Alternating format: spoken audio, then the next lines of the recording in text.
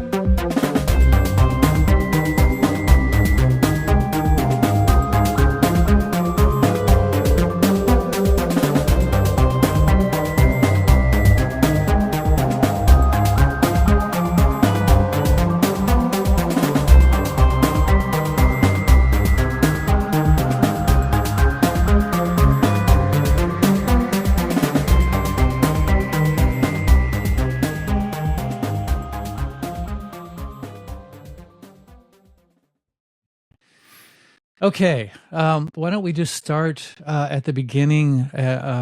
Maybe what was the impetus for wanting to embark on this webinar and all of the huge, vast subject matter that it encompasses? So we're ready. We're going. We're rolling. Yeah. I'll do the intro ahead of time. Yeah. Okay. Yes. The impetus for this webinar. That's a good question. It's interesting how it evolved because I was thinking about what subjects I would take on after having done Inner Looking Glass and Tale of Two Timelines and, all consciousness related and very, fringy. And all of it, when you're in these subjects, eventually, if you're talking about timelines, you have to address the aspect of historical events because, it's the history of the past, which determines what we think now, and whoever controls the present controls the past, right? And whatever we think now is going to project into the future. So history is a very, very important, more important than most people realize. And the way they put it in school is usually very boring. But if a teacher put it to you in those terms, you might sit up and pay more attention because really history is, it's the one thing that we have that we can study ourselves with. And then you realize, of course, when you take a look at history that what you've learned, if you've never delved into the subject, you just went through school, you took the typical standard history course, you had to whatever to pass your grades. You didn't pay much attention. But for me, getting older and looking at this interesting timeline material, and then I found myself in Germany and I was noticing we've also delved a lot into the subject matter of ufology and ETs and things like that. So you find that a substantial amount of the material that the modern ufology scene bases its foundation on is the idea of the evil German Empire that wanted to have world domination. And because they wanted that, they were the perfect vector race for the evil reptilians who are these coming to come in and take over and use them as their proxy army. And then I moved over here, and I started to work, and do lectures, and we made Packing for Mars and Solar Revolution, and I got a network going. And then I'm meeting with people. In particular, one gentleman came to one of my talks in the backwoods of Bavaria somewhere. And after the talk was over, he came up to me and he said, "I wanted to shake your hand and I wanted to just tell you that, I grew up in the Second World War and I saw things that I can't really talk about. But here's my number and you can call me anytime and maybe we can meet privately." And so I was like, of course, I've got to go check this. And it turns out he was 94 years old. Wow. At the time, I think he was 92. But he was still all there, And I went over there and I began to encounter people that had forbidden libraries of material. And I realized very quickly that the narrative that was being told to us in school systems, in particular also because of ufology, that just didn't add up any longer. It wasn't good enough. It didn't meet the criteria of a serious investigation of facts.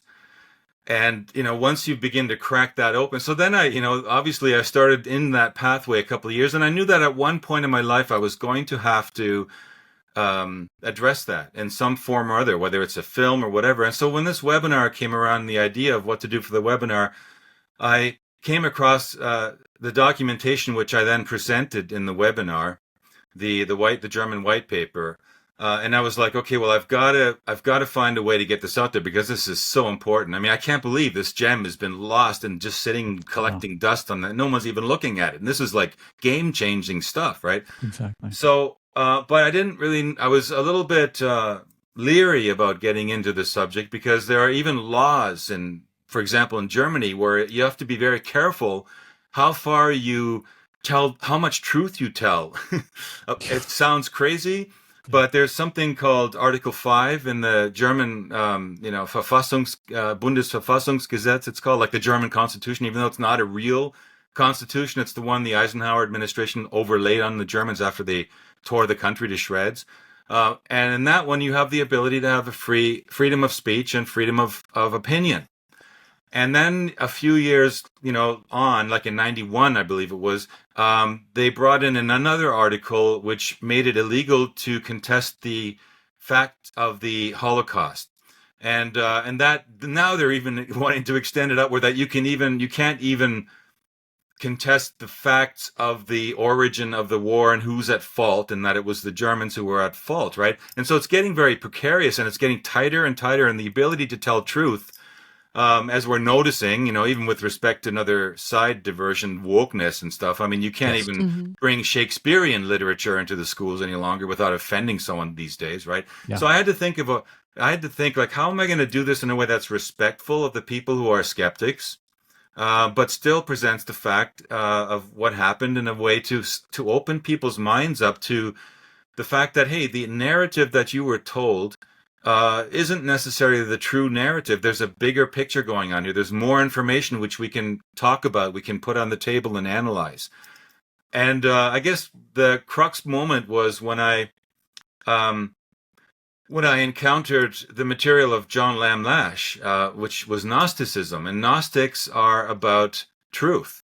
In fact, it's all about, pursuing knowledge, pursuing spiritual knowledge, pursuing knowledge, and not, it's not about passing authority down through genetic lineage, but instead passing information down, down the line, so that the truth will always be alive, so that the true historical record, as close as possible to factual events, would survive and be carried forward in time. And that really resonated with me, and I just got obsessed with that material. And I knew after having gone through a couple of months of it that I have to get in touch with this man. I want to include him in this, because I think, it's one thing to do what a lot of authors do. I don't have to name names, but they just take material and then they present it. And then if you are, adept at that information, you find out, oh, they're getting that from over there, and that from Alice Bailey or whatever. It's like, I don't want to be that way. I think the best way moving forward is to take everyone's work, and we're moving forward together because we're more powerful together. So anyway, long story short is I reached out, I got in touch. He answered. We had a riveting discussion right off the top. It was like we'd been bursting to meet or something, even though we didn't even know each other. And out of that kind of grew some very intense conversations, which then I recorded. And that combined with the information that spins off of it, because for me, a lot of the webinars always have to have a scientific element too. If we're going to be talking about fringe science, I want to find if there's any kind of relation to to real science here, because I believe in real science. I don't believe in the pay me enough money and I'll tell you what you want science, but I believe in the real scientific method by experimentation, trial and error, and you should be able to prove a theory that you have through the experimentation. That's no different with anything else. And so here we had historical truths and experimentation, scientific stuff, and then a mythological record which had been lost. And I thought, these three things belong together.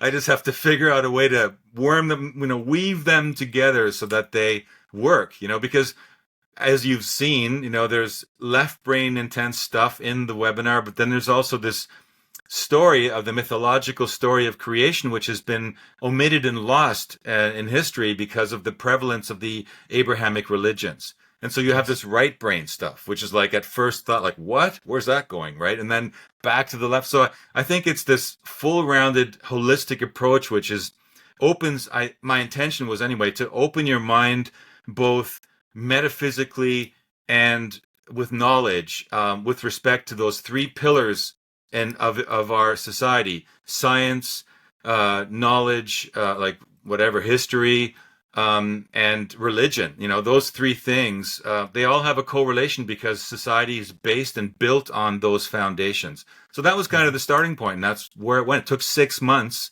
of in-depth, research and studying and conversations to get to the point where I started to write the first part, actually.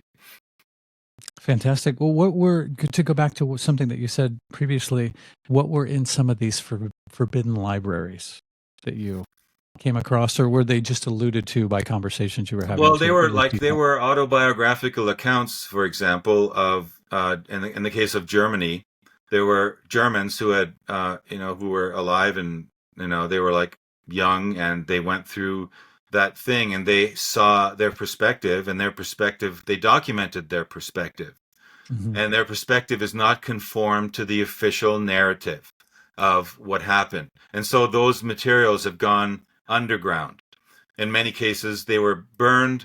There were major book burnings that took place in Germany. I mean, I think if anyone, the biggest book burning organization in Germany was the Eisenhower, the SHAEF, the Supreme Allied, whatever they call it, Supreme Headquarter Expeditionary Allied Forces, right?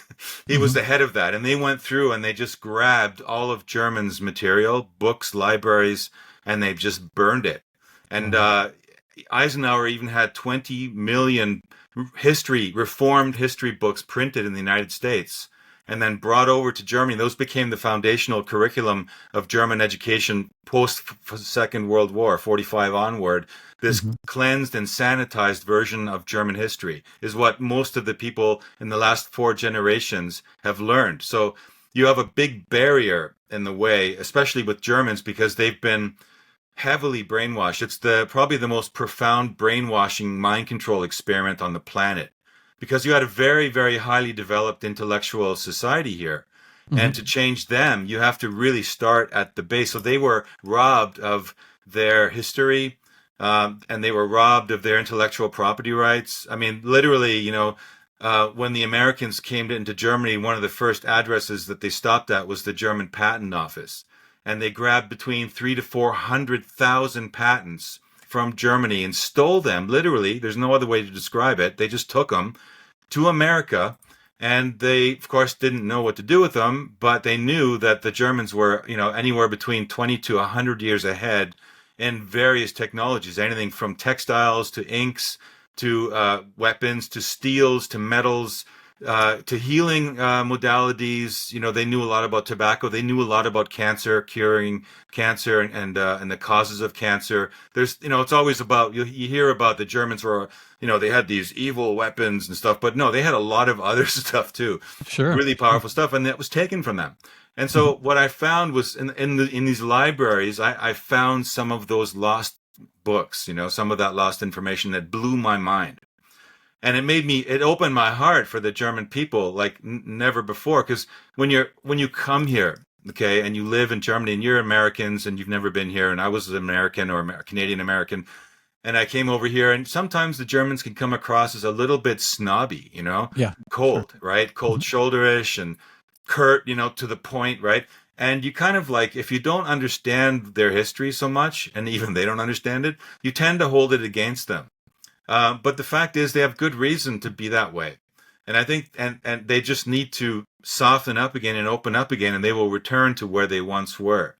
And unfortunately, now it's been proven, but it wasn't for many, many years. And the sad thing is that even some of the things that have been disproven, or proven to have not happened that way, the lie still prevails, right? Like when they paraded Germans after the capitulation, they paraded Germans into concentration camps, and they showed them carefully laid out tables of lampshades and soaps, saying that they were all, from the body parts of the, the chosen people, right? Yes. And can you imagine, right, when you're like a young person, a formative person, and you come in contact with that, and these people have just saved your country, right? And they're telling you, look what these people did, right? Mm-hmm. What are you going to believe? We didn't have fact checkers, the internet. We took authority for much more value than we ever do now back then. And so this is what worked to shape and twist the minds of the German people for 4 generations now.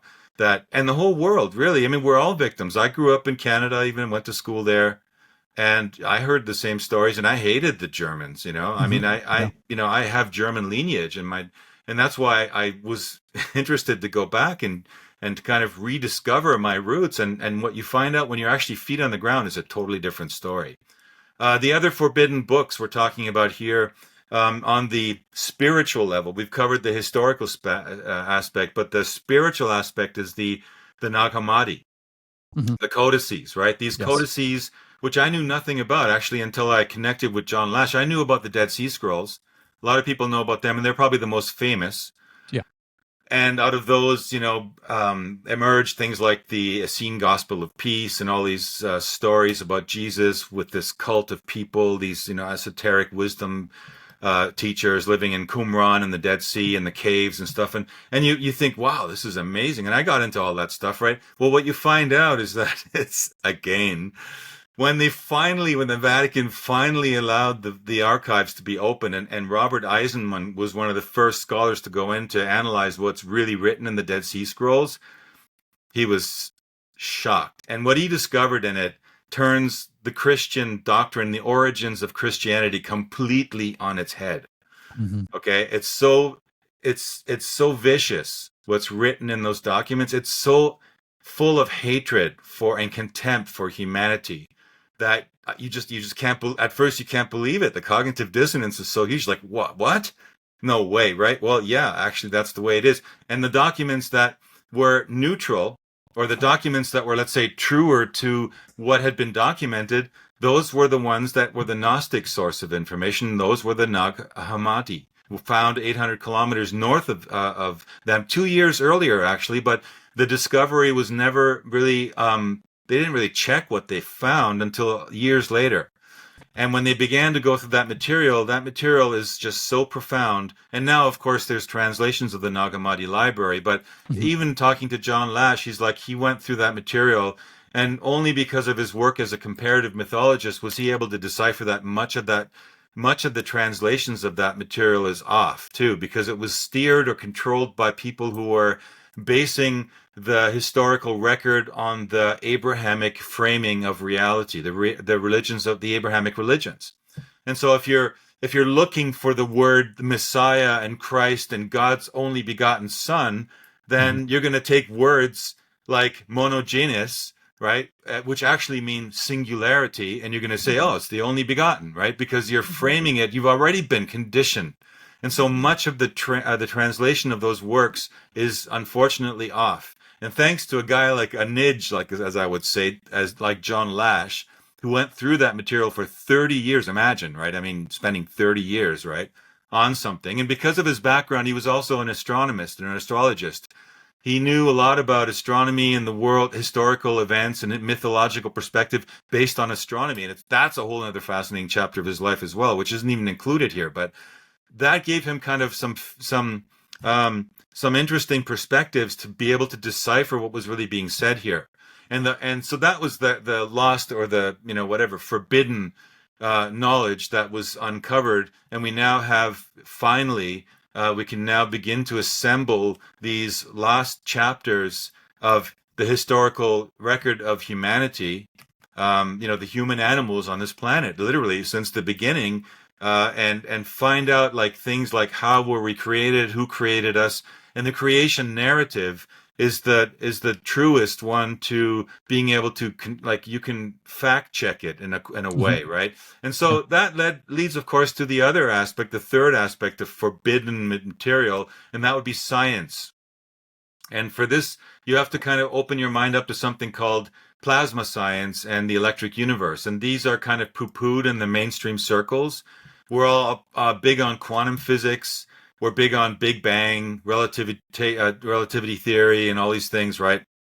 But actually, those are proving to be, as we move forward and as we become more profoundly informed by actual data, by actual readings, those systems, which I now call legacy science, are falling apart. And, dark matter, dark energy, all these things that are, these theories are so, and, Einstein relativity theory, which he also lifted and plagiarized from Lorentz, right? All these things, if you probe them deep enough, you will find, and I think I even have quotes from Einstein saying, you can take him apart in one or two arguments and there's nothing you can do. He can't come back on it. And that's the state of that science. But the fact is that's the prevalent science that's being taught still in universities because the system of society has been set up, right? Exactly. You go to school, you learn that, and you got to get a job. And so everyone carries on this old system long before it died. It's kind of like they say relationships, they take longer to get out of than they took to get in, A lot of people say relationships are over and then they take 5 more years to end, right? Because nobody can say no, right? They've got friends and family circles and it's like you can't get out of it anymore, right?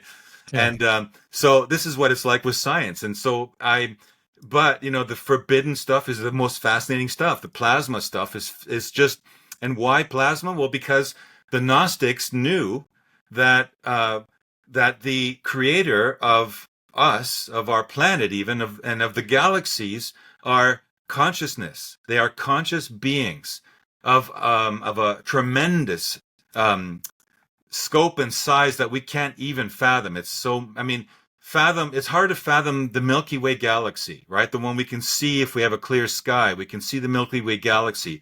But to think that there are literally billions of those out there, we can't fathom those kinds of. And we can't even fathom the idea that thing we're looking up at there, that's actually a being. That's actually a conscious being. And look, who wants to go there? The scientists don't, because most of them are atheists. But the fact is, it's now been established and proven.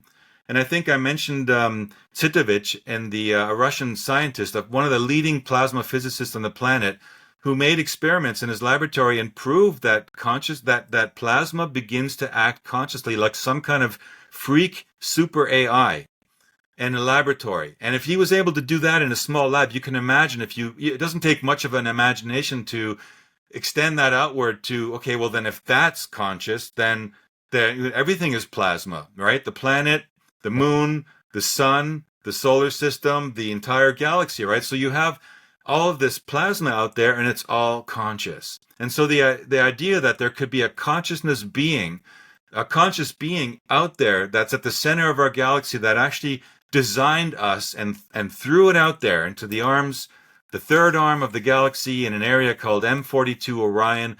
And that's a planet hatchery where the genome of the intended Anthropos collided with the habitat that allowed it to prosper and flower into humanity. It's not that far-fetched any longer if you understand those elements of science. So that's kind of what I wanted to encompass in all of it, because I felt it was important to lay down that foundation so that you could understand, okay, this is where we came from, then what went wrong. Because if we look at the scenario of now back to reality, Earth, right? World War II, all that stuff.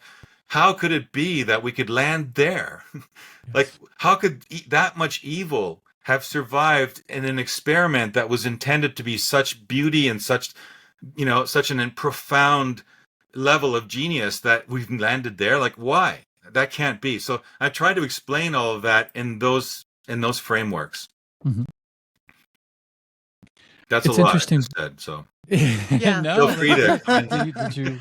Well, what I'm curious about is, I always try to drill everything down to intent.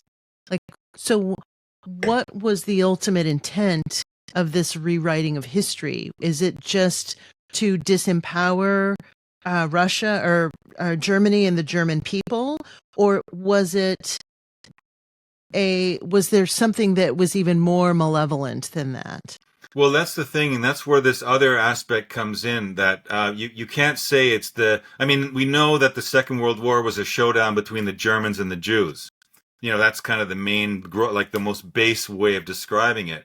But why, right? Like, why would the Germans hate the Jews so much, and why would the Jews go up against the Germans, and what was that all about, right? Well, you find out that it's not just within the Jewish people, and it's not just within the German people that something took place. It took place on another level, on a meta level. And where did that come from? And that's why it's important to look at mythology, because you have to go back to the origin, the original documents, the source material, as I like to call it. And the earliest source material that we have, that we can take for verbatim, is what was left behind for us by the Gnostics, the Telestai, those who are aimed, as they like to be called. That material was left for us and preserved, and it used to be a huge body of work. It used to be what they call the Library of Alexandria. If you can imagine a time of humanity about 4,000 years ago, 4,000 to 2,000, in that range, where there was a vast, rich body of knowledge and accumulated artifacts and maps and writings from all around the world, from all of history, that was collected and assembled by a wise body of people that has as their mission only to preserve that information and keep it alive. And you had science, that's why they knew all this stuff about plasma beings, and they knew that because we're not the most advanced civilization that was ever here on this planet, even though we like to think so. But we can look back in time and see remnants, brief fragmentary pictures, like frozen in time, like pyramids or Stonehenge or other monumental things that are question marks for us. Like, who made those? Where did that come from? And it shows us that humanity has had these cycles of... And so you had this rise and fall of civilizations, but why was it always rising and falling? Well, it turns out, and this is what the Gnostics left behind for us in the Nag Hammadi, they talked about a certain entity which they gave the name of Archons. And we've heard of the word Archons. Many of us that are looking for, into esoteric material, a lot of people channel stuff about Archons, and they generally describe them as being these parasitical creatures that feed off of fear and emotions of human beings, and that they hover around us, and when we get angry, we attract them, and they suck our energy, our louche, as they like to call it. That's a sort of a modern way of describing it. But you get this impression that there's just this parasitical thing out there, right? Just out there for no reason other than just to suck our energy. But the fact is, and this is something that the Gnostics said, no, there's more to it. This is actually, you could say, a cousin species of humanity. And when you drill down and deconstruct that story, and it was left for us by the Gnostics, you find out that these beings actually pre-existed humanity. But they were not humanity. And in the course of the birth of this planet, which is a whole long story, but I mean, just the birth of this planet, which actually is a being. This being had the desire with its counterpart, its feminine, masculine. There's always a feminine. These beings that I'm talking about, these massive streams of consciousness out there, they have gender, and they create together masculine, feminine. They had an intention to build this Anthropos, but one of them, the female, wondering why the experiment kept failing, got so involved in trying to figure that problem out that she did what they call the Sophia's plunge. And this being, she was known as Sophia, and that's how the Gnostics documented her. She plunged out of the place they normally reside in. And that plunge set in motion, which is where you could say the pre-existent, like the place, like the incubator for consciousness, like the incubator for matter, for reality. It's the plasmic state before it turns into what they call dusty complex plasma, where the plasma changes from its state of being blazing to its state of being glowing. And then in between is all the dark plasma, which you can't see. We can't see it with our eyes. But as Sophia became more or less obsessed with seeing through the success of the human experiment, the Anthropos. And it wasn't the first one. They said apparently it happened 9 times, and it had always failed. And so she got so obsessed with trying to figure out and make sure it happens that she left the normal domicile of their energy portal where they reside, where they're called Aeons, these beings. They're like, you could think of them as gods, but Aeons is a better description. It's more neutral. And she left that environment. And when she did that, she literally instantly entered the plasma arms of the galaxy and began slamming into this material, which is called the Dema. And when she did that, this is something that was profoundly and unique. It was new. It was it was something she couldn't figure out, what was going to happen. Nobody anticipated it. None of the other Aeons knew either. And once she did that, it set in motion a chaotic side effect. And that chaotic side effect ultimately turned into what we know as the Archons. Now, the full story of it is something that was written and reconstructed by the Gnostics, the Telestai, these teachers. But John Lash then took up that material and gave it a rounder structure and broke it into chapters. And these chapters, when I was reading those chapters, I tell you guys, like, I don't know how it is for you, but when I was reading that material for the first time, it just really resonated with me. It was like, my God, here it is. Like, I feel it, right? And I was reading it to Tanya Maidenford, my partner. And at the time we were even traveling around in the States, and I was saying, you know what, it would be great to somehow incorporate this as well, so that there's this element of the mythological in it as well. And we instantly decided, okay, look, we've got to have you be the voice for Sophia. I mean, it's logical, right? We can't just have any old person tell this story. So that's how that came about. So that full fallen goddess scenario, as it's called, is peppered into the entire webinar in stages as it evolves, to keep you kind of moving along in the mythology of our past, as well as moving along in the story of the history of our planet, and leading up to the scientific and historical records that coincide with what that happened. And so back to your original question, what is that force? Well, those Archons are like our muted cousins. They don't have the abilities that we have. We've been endowed with amazing genius potential.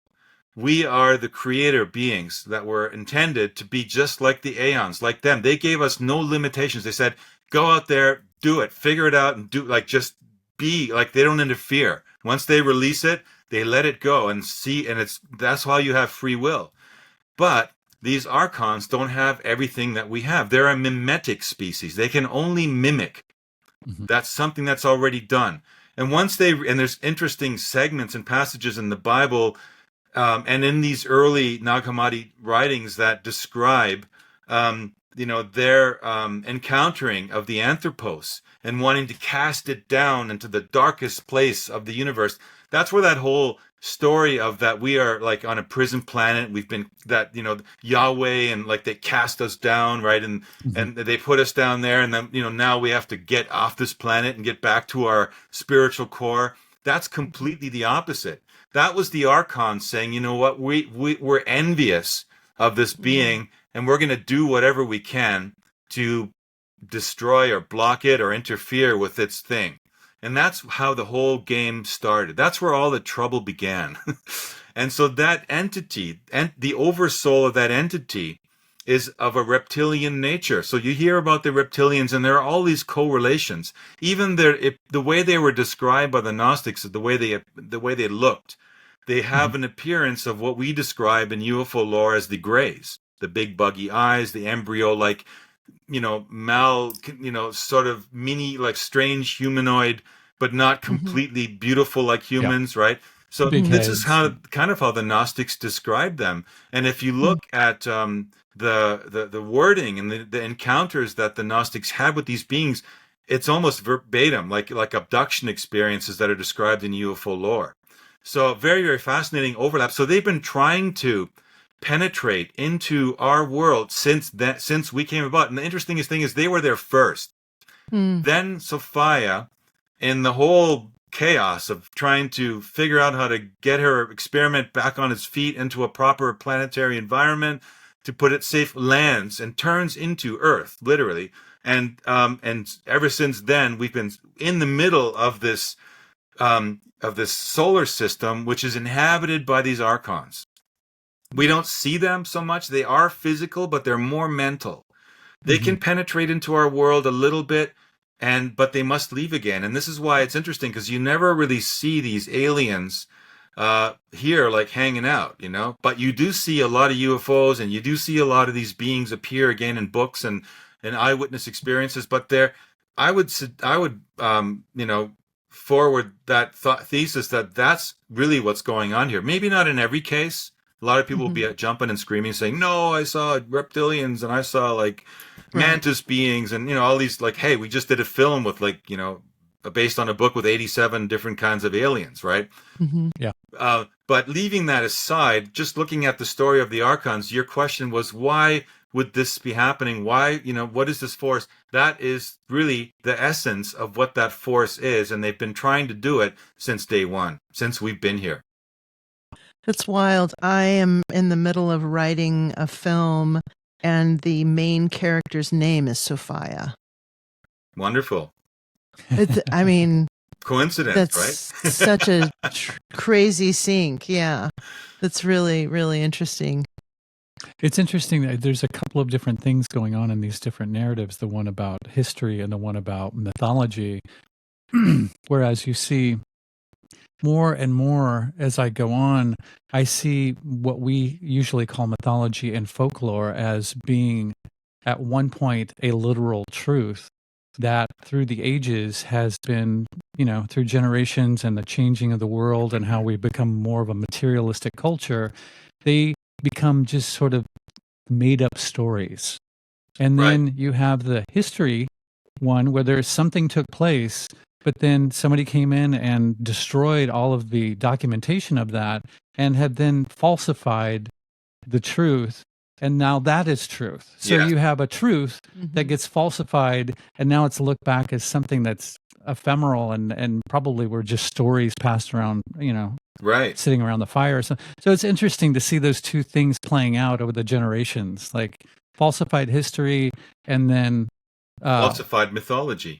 Yeah, exactly. And that was one of the questions I asked. You may have caught that, John Lash, right at the top. I'm like, listen to that word myth. I'm having problems with it because my understanding, when you say, "Oh, the myth of whatever," I mean, people, that generally is a negative connotation, like it's just invented.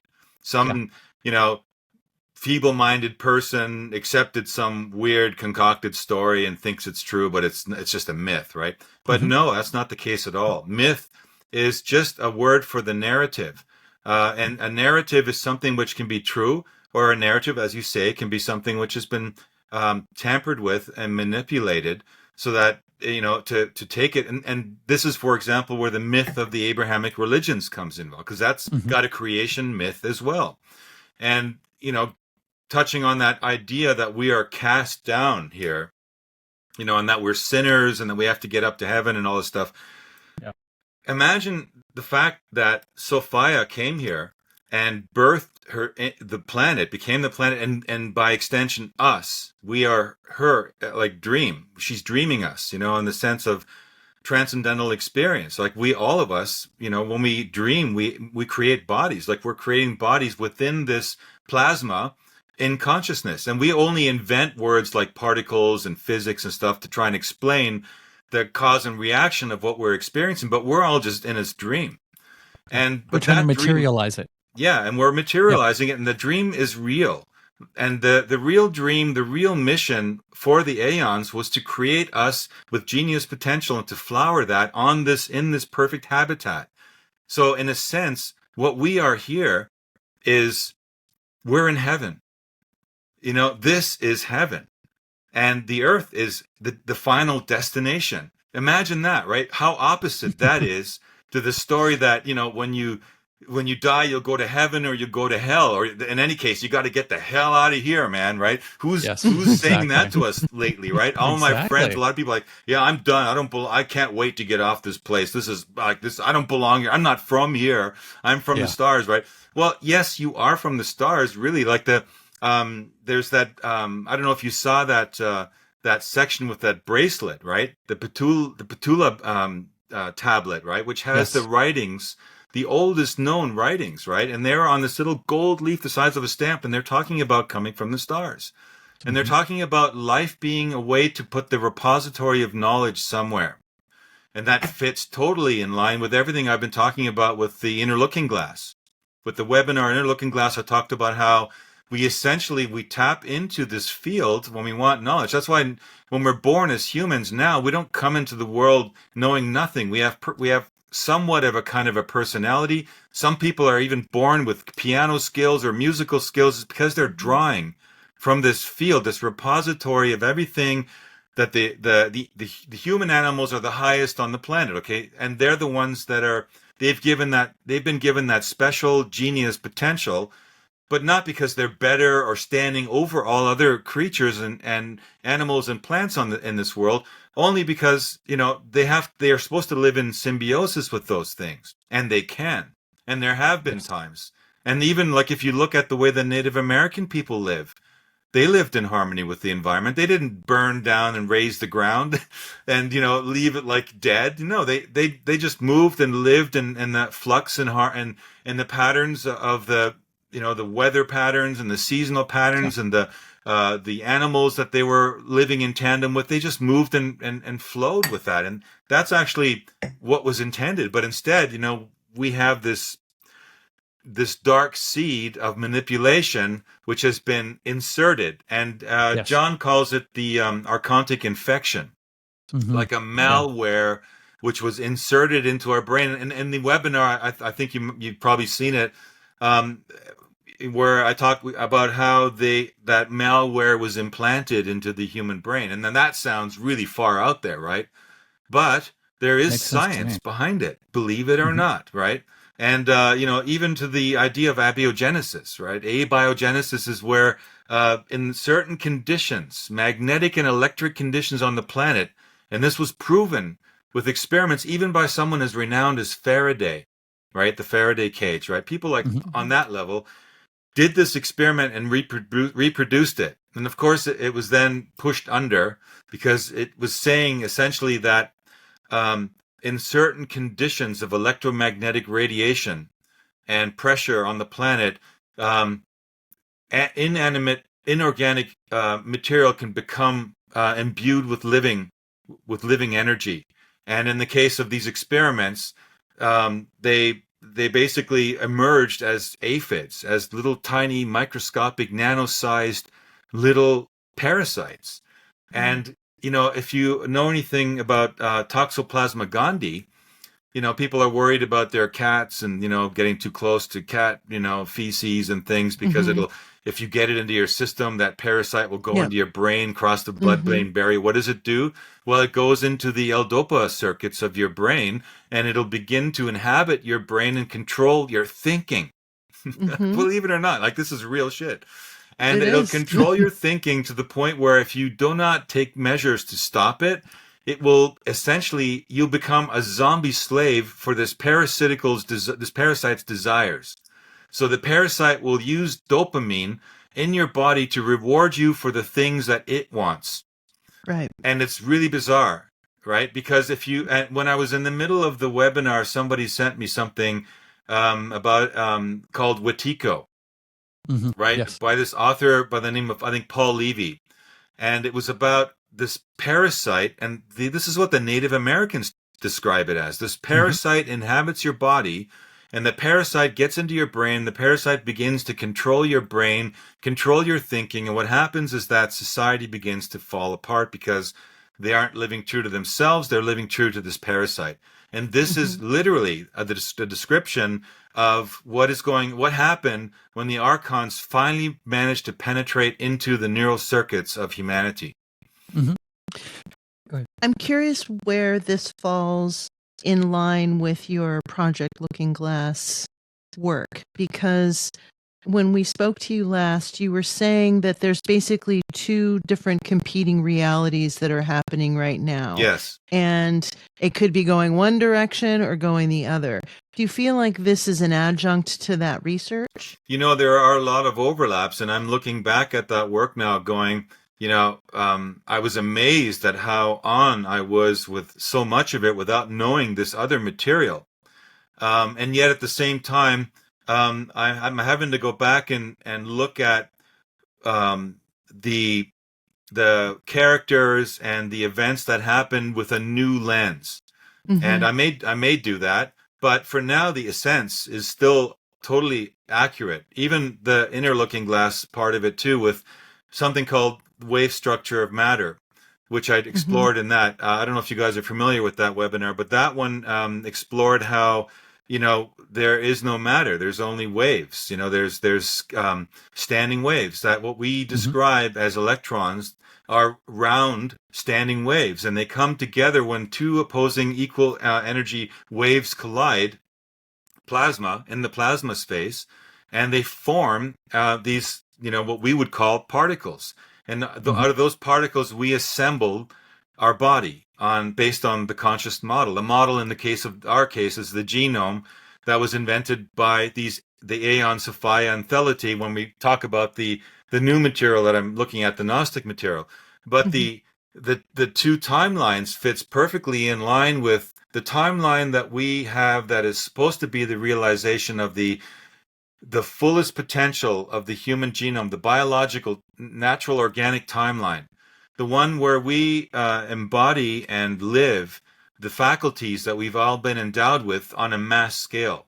So that not only a few fringe kids or weird, freak people out there can bend spoons or levitate things, but that these abilities are actually within within us, all of us, exactly. And we can learn to practice those. And that's what the Magi's, the Telestai, the Gnostics were doing for thousands of years. They were going into those spaces and they were drawing information down to decipher the full spectrum of reality here for us. Unfortunately, so much of it has been lost. It's just so tragic. Or it's sitting in the basement of the Vatican.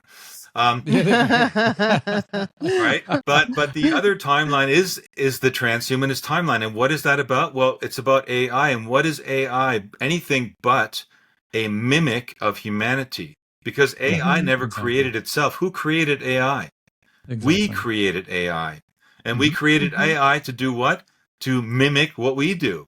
And maybe hopefully even do it better, as Ray Kurzweil would like to think, or Yuval Harari. But the fact is, there would be no AI without us. And if we don't assume,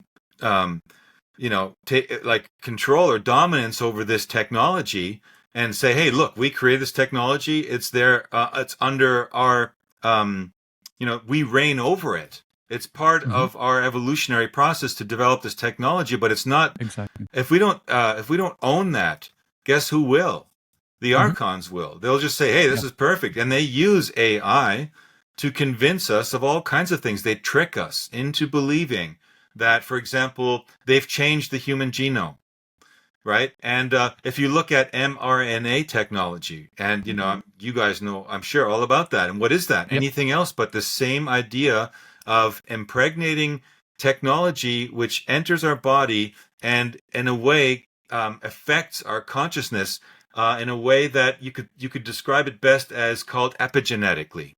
It's not a genetic hack, but it's an epigenetic hack because it is able to affect our brain. It can transpire the blood-brain barrier, and it can mess and tamper with the hormonal composition of our blood, which is the culture medium. And I have a nice little segment in the webinar with Bruce Lipton, who talks about his stumbling on the reality that isn't the genes that determine who we are. It's the culture medium that the genes are living in that determines the expression of the genes. So this is a key factor here, right? You have to realize that what composes the culture medium of our genes? Well, our blood. Our blood is the culture medium of the genes. And well, who makes the blood? Well, we have a bartender in the middle of our head. Guess what? That brain is what makes that concoction, and it brews it together, a little bit of like, this hormone and a bit of that hormone, right? This is what is, and so if you can affect the human brain through the use of it, like the way it processes and bartends those chemicals that make up our blood, you don't need to hack the genome. You can just convince us that you've hacked the genome. Exactly. And this is what's going on. This is one of the biggest realizations that I had out of all this, because I used to be, I used to think like, I was leaning toward the idea that, hey, they're changing our genome. But actually, no, this isn't really true. This isn't really what's going on, because none of this exists anyway, right? It's all plasma. Yeah. So all up for grabs. Our consciousness overrides all of it still. However, we can allow ourselves to be convinced by these narratives that, this is what's going on. And if nobody's there to counter the narrative, and you have all these authorities out there, the Faucis of the world telling you, he's the head of the science department by the government, so he must know what's going on, right? If you've given them power over you as the authority, then you're going to take what they say as a foundation by how you express your genes, how your brain then concocts the bloodstream, which is the culture medium. And then there's the culture role medium.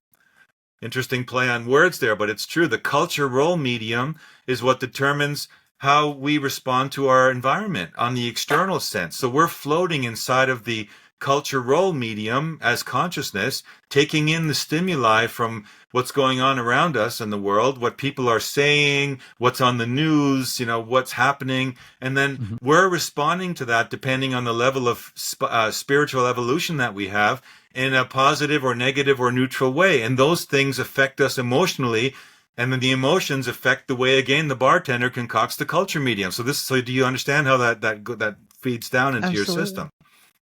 It's so interesting that, because the post-human movement and, this move toward people having relationships with dolls, for example, which is an area of research that I have been a part of. Dolls? It's like sex silicone dolls. Yeah. This movement seems so perfect for this archonic energy. Oh yeah. Like it's tailor-made for that. It is. Because you are now taking someone who maybe has this brain parasite, who doesn't have the social skills to have a relationship with a real person, who then sublimates a relationship on a doll or artificial intelligence, and then this archonic energy can just slip right in there. Yes, absolutely. Yeah, because the artificial intelligence learns from us. We train it. This is a fact. Whether it's a music, the library of human music has been now used to train artificial intelligence. This is scary stuff. I did a show with John Owen about that. Where you just now can say to an AI, like, write me a Beatlesque song with a bit of Beach Boy vibe and, throw in this chorus, and it'll do that in 3 seconds. And it'll be an original piece of music, but it isn't original. It'll sound just like a human piece of music. Why? Because it mimics humans. And so when we have a doll that's an artificial intelligence, we are training the doll based on our preferences. So the doll, the AI, will quickly learn, if it says A, we say B, and if it says C, we say D, and then over time it'll quickly associate. I mean, there's even lots of videos on the internet of people using AI and babies going up to them and using their face expressions to teach AI how to react and look a certain way if you're angry and look away if you're happy, right? So eventually, if we don't correct this or get a control of it, we'll be confronted with AI around us that we won't recognize as anything but human, because it'll mimic us so well, and the tech will be there so that the skin looks like real human skin, even grows, beards and stuff. I mean, they can do all that stuff, right? But the thing is, it won't have sense. It doesn't have sense. It can't taste. One of the beautiful things that John Lash said in our conversation at the end was that if you don't, understand it, this is the simplest way to describe it. Humans and humanity in reality is wet. A kiss is wet. Sex is wet. Birthing is wet. The birth canal, when a child comes into the world, it's totally covered in amniotic fluid. That's wet. Reality and life is wet. Artificial intelligence, add some water to electronics, pour some water on your keyboard. See what happens. I've done that, yeah. It's over. There is no Mhm. life there is no life in anything in artificial intelligence. It's only copying. And if you can create, it doesn't matter how well you create the vessel that contains the mimicked version of humanity. It can look like a human, sound like a human, think like a human. It isn't human. It's not alive, but it looks live. And this is the point. This is the point of these two timelines that we're getting to. This is what I'm always arguing for. People Mhm. need to understand that there are these two timelines. Like, oh, there's a gazillion timelines. Everyone's got, yeah, right. We all have our little micro world with our little timeline. If we went to the store 5 minutes later, we don't have the accident. If we go 5 minutes earlier, we do, That's a Mhm. different thing. We're talking about Right. the two major consensus timelines that will take us away from organic living humanity and actually cause the next failure of the Anthropos, if you want to call it that. And we have to, we have a choice here to make. And this is what the two timelines was for me all about. And that's still consistent with everything that I've done since that very first webinar. Well, the curiosity about sentience for me is, as a child, you can have a doll that you are very attached to, that you put all of this, imbue with all of your energy and all of your love and all of your intent. And there does seem to be some sentience in that object because of your energy that you've put into that object. So that's where going into like an adult having a relationship with a doll gets muddy, because yes, it could have artificial intelligence, but this person has also imbued Yes, you're this putting reality yourself, onto this yeah, doll. you're putting yourself, that doll is you, actually. It's Totally. you. It's what you're missing, right? It's what you want to have that you can't get. And it's sad to say that we're not getting it from humans. We've been Hmm. blocked off. We've been isolated, right? What happened with COVID? Lockdown, right? Be alone, right? And look at each other with a mask on and through a screen, right? I mean, Hmm. that's as anti-life and anti-anthropos and pro-archontic as you can get. That was Exactly. the archontic infection at the latest level, and the sacrament, take the sacrament, right? That's where we're at. I mean, really, unfortunately. It's interesting too, because as we've seen through mass media like radio and TV, now the internet, um, you know, art imitates life, but after a while, life starts imitating art. And so the next generation or two after the AI has learned enough by imitating humanity, humanity is going to start imitating AI, which is a very strange cycle to even think about. But all of this reminds me of Steiner's when he talks about aromonic influence, Yes. how there is this entity or this energy that is sort of steering humanity into thinking that we are all material and it's all concretized, and that more and more we need to sort of farm out our innate faculties to technology. And that's exactly where the transhuman movement is taking us, or trying to take us. Yeah, totally. And the only argument I have against Steiner is that he was still imbued with the Judeo-Christian Abrahamic overlay. So Sure. everything he talks about, he frames it within that, unfortunately contaminated perspective. Hmm. Because one of the things that really attracted me to the Gnostic information is that it's neutral. Mm. It's just wisdom. It's knowledge. That's it. Yeah. It's Mhm. just knowledge. It's not ideology. It's an antidote. It's not an alternative religion. It's an alternative to religion. And and all these great, teachers out there. There's many. They have these realizations, and they're right on the money with them. But unfortunately, they fall short because they try to frame it within that script, within that narrative, that framing. And the idea of that it's all material. The fact is, everything is material. Everything of value is material. But we've cursed it. It's been cursed by Mm. this archontic influence. And if you think about this influence being something that is, I talked with John about this, like the Neuralink, right? What is Elon Musk trying to do with the Neuralink? He's trying to implant into the human brain an artificial connection to the artificial Mhm. world, right? Well, I mean, actually, it already happened. It happened in 1850 BC, and it spread. It entered the vector race, which was Abraham and the Abrahamic, the descendants of Abraham, the chosen people, right? that narrative infected them to adopt something called master race ideology. And a branch off of that is actually the early form of transhumanism. When the messianic message, the Redeemer, the Savior, the perfect human, right? The God's begotten, he sent his only son down from the heavens, right? Again, not from the earth, but from heaven, from outside the experiment into the experiment to show us the perfect qualities. It was a curse upon humanity. We could never live up to those qualities. That's why he came here to absolve us of our sin. Listen to that wording now when you understand what the Gnostics were warning us about. They're saying, no, it's not about redemption. It's not about saviors. We have to assume the responsibility ourselves to move and progress society and evolve to our most ultimate divine expression. We can't have a savior coming here to do the work for us. Where is free will in that, right? None. It doesn't exist. And so the Abrahamic religions and that whole chosen people narrative then went on into Saul, who was one of the main group members of the group that actually spread that ideology in the world, became the Apostle Paul, transformed himself, and then wrote those early scripts, which then became, funny enough, they were the ones fighting the Romans. The Zadokim is actually what they're called. And the Romans came to hunt down this Jewish extreme sect in the Holy Land, what we call the Holy Land now. They came to hunt them down, and because they were so good at hiding themselves amongst their co-religionists, the more neutral Hebrews, they were all wiped out or driven out, right? And they've ever since then, they've created so much destruction for those people.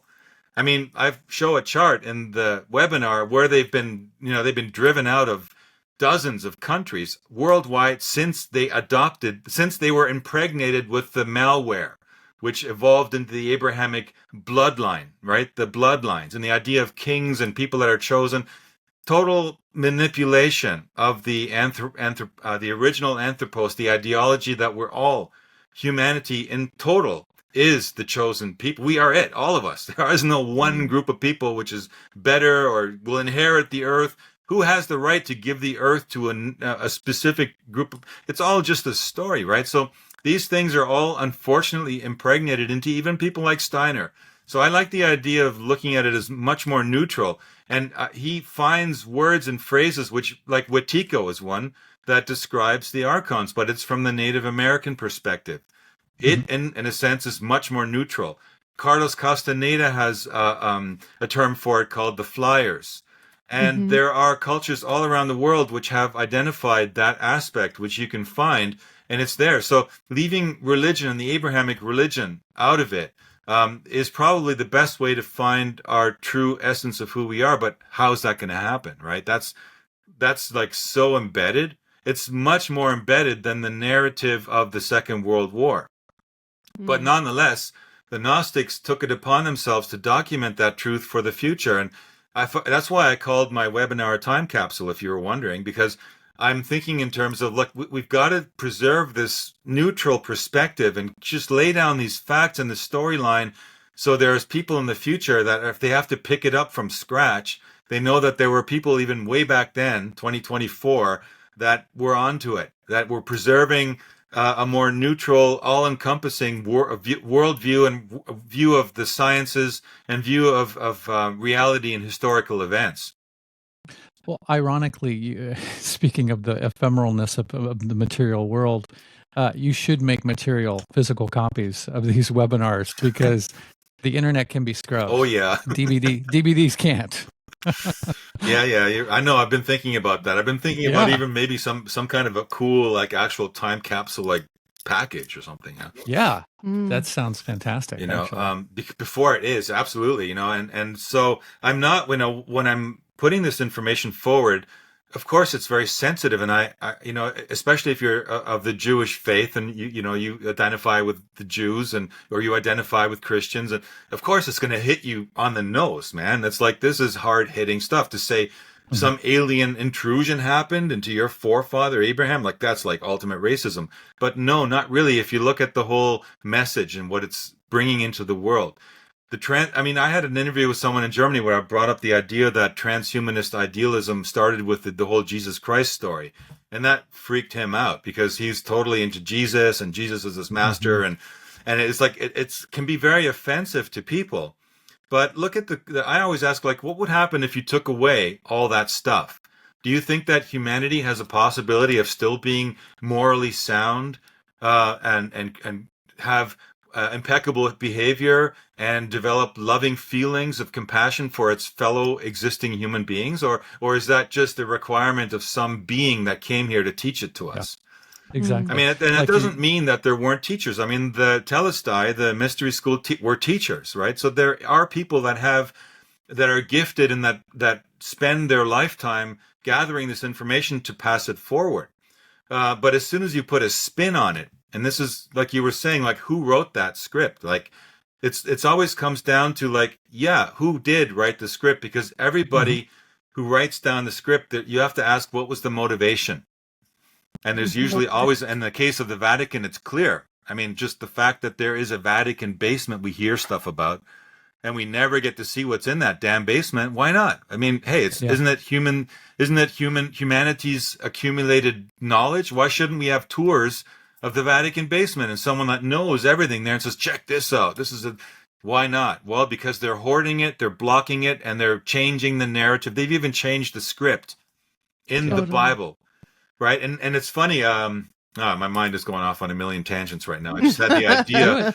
Do it. The Mandela Ride 'em effect, to the right? end. The latest, because the word Bible came to mind and changing the script. And the people, you've probably heard about people saying the Bible wording, he shall, like the lamb lies down with the lion, things have changed, right?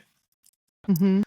And I had I was talking to John, or I was listening to the talk John Lash did about the Mandela effect. And he was saying that this is the way that Sophia is talking to us.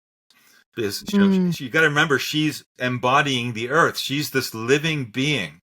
And the more science that goes, forward, and I know that, Alice Bailey and Blavatsky were thinking of the earth as a creature as well. But I'm surprised, and I was into that material when I was in my 20s. But I never saw anything about Sophia in the same sense that I'm surprised that they didn't know that. But now I know why, because the Nag Hammadi wasn't found until 1945. So that information was lost and it was gone. So they came up with all these, affiliated stories with little pieces of it. But Sophia is in fact a being that actually has consciousness and can communicate with us. How would it do that? Right? So I've discovered, for me, there are two ways that are very blatantly obvious that Sophia would communicate with us human beings right now. One, possibly the Mandela effect, by changing things around for us to go, whoa, wait a minute, right? And the other is crop circles. Yeah, which nobody talks about. Nobody talks, and nobody knows what makes them. There's interesting footage of them being built by orbs that appear out of nowhere, and then you see, all of a sudden there's that thing, right? And there's man-made faked ones too, but there are real crop circles.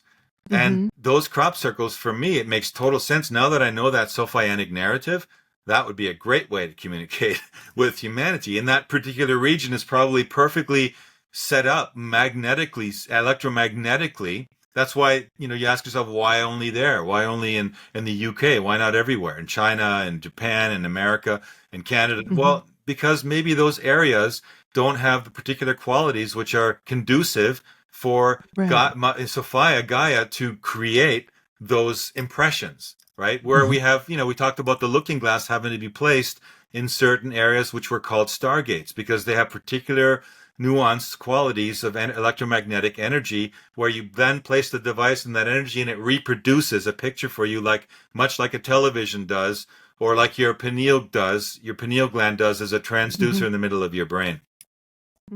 Anyway, that was a little divergent little topic. So more than welcome here. What I think of is when we're talking about these two competing timelines, I think about people like Dr. Aman Hillman that we recently had on the show, who is translating ancient texts from ancient Greek, not modern day Greek.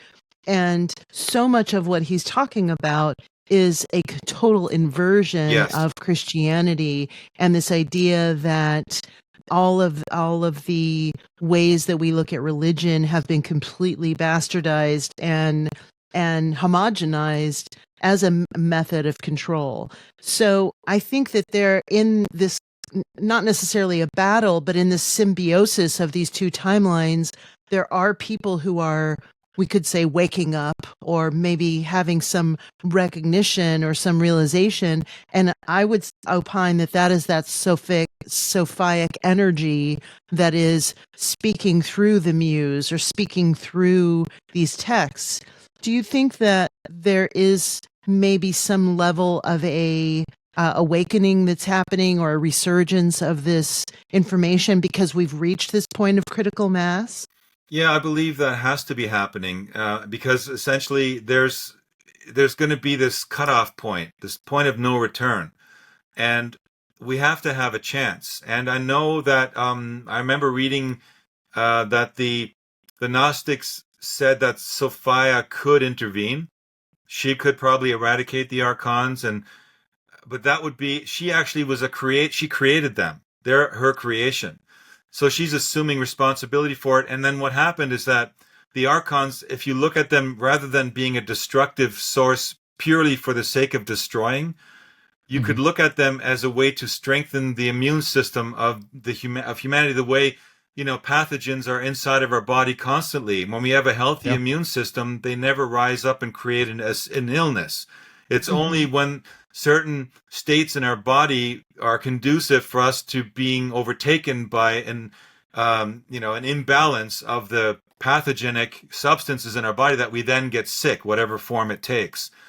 And if we are to survive as the Anthropos, I'm pretty certain that if the Sophianic narrative is a real narrative, that Sophia herself would be nudging us to make those leaps in understanding and in consciousness, because at some point there will be, a point where the Archontic infection, the implanted zombie human being transhumanists, will gain an advantage because they'll reach a critical point where there won't be enough of us to turn that narrative around any longer. And so I absolutely believe that must be going on. And in fact, I mean, you're an example of it to me, and I'm an example of it. And I know people, and so there is there are a group of teachers on this planet right now that are, for me, they're the Gnostics of the modern times. They may not call themselves Gnostics, but I bet you that if they were to be exposed to the same material, they would go, yeah, I'm a Gnostic. Absolutely. That totally is on par with me, because those were the cosmonauts, the mental freaks of the old ancient times. They were like us back then, the people that would talk about the metaphysical things, try to crack the puzzles, right? They were then around back then, and they're going to come around again, and they are coming around again now. And there's, the thing is, the power of the human imagination far surpasses anything artificial, and the power of the human spirit to rise to the occasion is something which I believe is invincible. And even in the Sophianic narrative, there's a chapter where Sophia stands up to the head Archon and says, you are not going to succeed. You might think you're going to succeed, but you are not going to succeed because you are not on the same level. And, so this is what's going on. I think there's this immune system, if you could say, on a cosmic level, and the Archons are the negative pathogens, and they're there to push us to becoming what we are actually intended to be. That's the best way I think we can phrase it, because otherwise then you're just, what does it leave you? If you don't look at it that way, you just think of in terms of there's only evil out there, or there's nothing. We're just rocks and molecules that band together over 4 or 5 million billion years and formed human consciousness through total coincidence, right? I mean, that's a pretty bleak way of looking at it, but it doesn't make any sense. The Gaia model is much more sensical, that the Earth is a living organism and that we're deeply connected with that organism, and that we have a level of evolution that we still have not reached that will push us to that next level. So I think it's destiny. And I'm hoping that this time around we make it, because we can see the past to a degree. We can see that there have been civilizations highly advanced. We have them in our legends like Atlantis and Lemuria that seem to have come up and vanished, right? Where did they go? And you have those you have those Anasazi stories in the South American, area that suddenly they've up and vanished. Where'd they go, right? Well, there's got to be some explanation for all that ties into this story. And maybe this time around we'll make it. I think the beauty when you see the earth as a living organism, I think of a mother and a mother with a child, and how when a child is seeing a mother eating, for example, that they'll take the food right out of the mother's mouth because there's no separation. And so we as humans, the earth is our mother, and we are taking from it just like that because we don't see a disconnection. We are that thing that we are feeding from and that is feeding us. So I think that's where I have, and it's not even hope, I just have this deep understanding that this earth is so plentiful and is giving us so much because it can afford to do that. Absolutely. And it's a fascinating story of how she turned into the planet. And it makes total sense with respect to the newest models and understanding of plasma physics, of how planetary bodies are formed. In fact, just the other day on Suspicious Observers, Ben Davidson put out a paper that was describing they've now had a new understanding. They actually photographed the birthing of a planet through the plasma field, because they're now understanding how plasma works. There's scientists right now that are working on the plasma physics of the universe. It's not the mainstream physics yet, but it's going on. And in the webinar, you hear some of the scientists that are involved in this project say, we're working with the actual data. We're not working with simulations anymore. Everything else, like, CERN and all these things, they're working with simulations only. They got nothing else going on. It's all simulated. But this is real stuff. So this living entity that has birthed us is, of course, it has, how much energy does the planet contain? We don't even know, right? Because it is this massive planetary plasmic entity. And we draw our energy from it. That's why I always say that this is actually the last destination. We don't need to go to heaven, somewhere off planet or another planet. No. And even the extraterrestrials that come here to visit.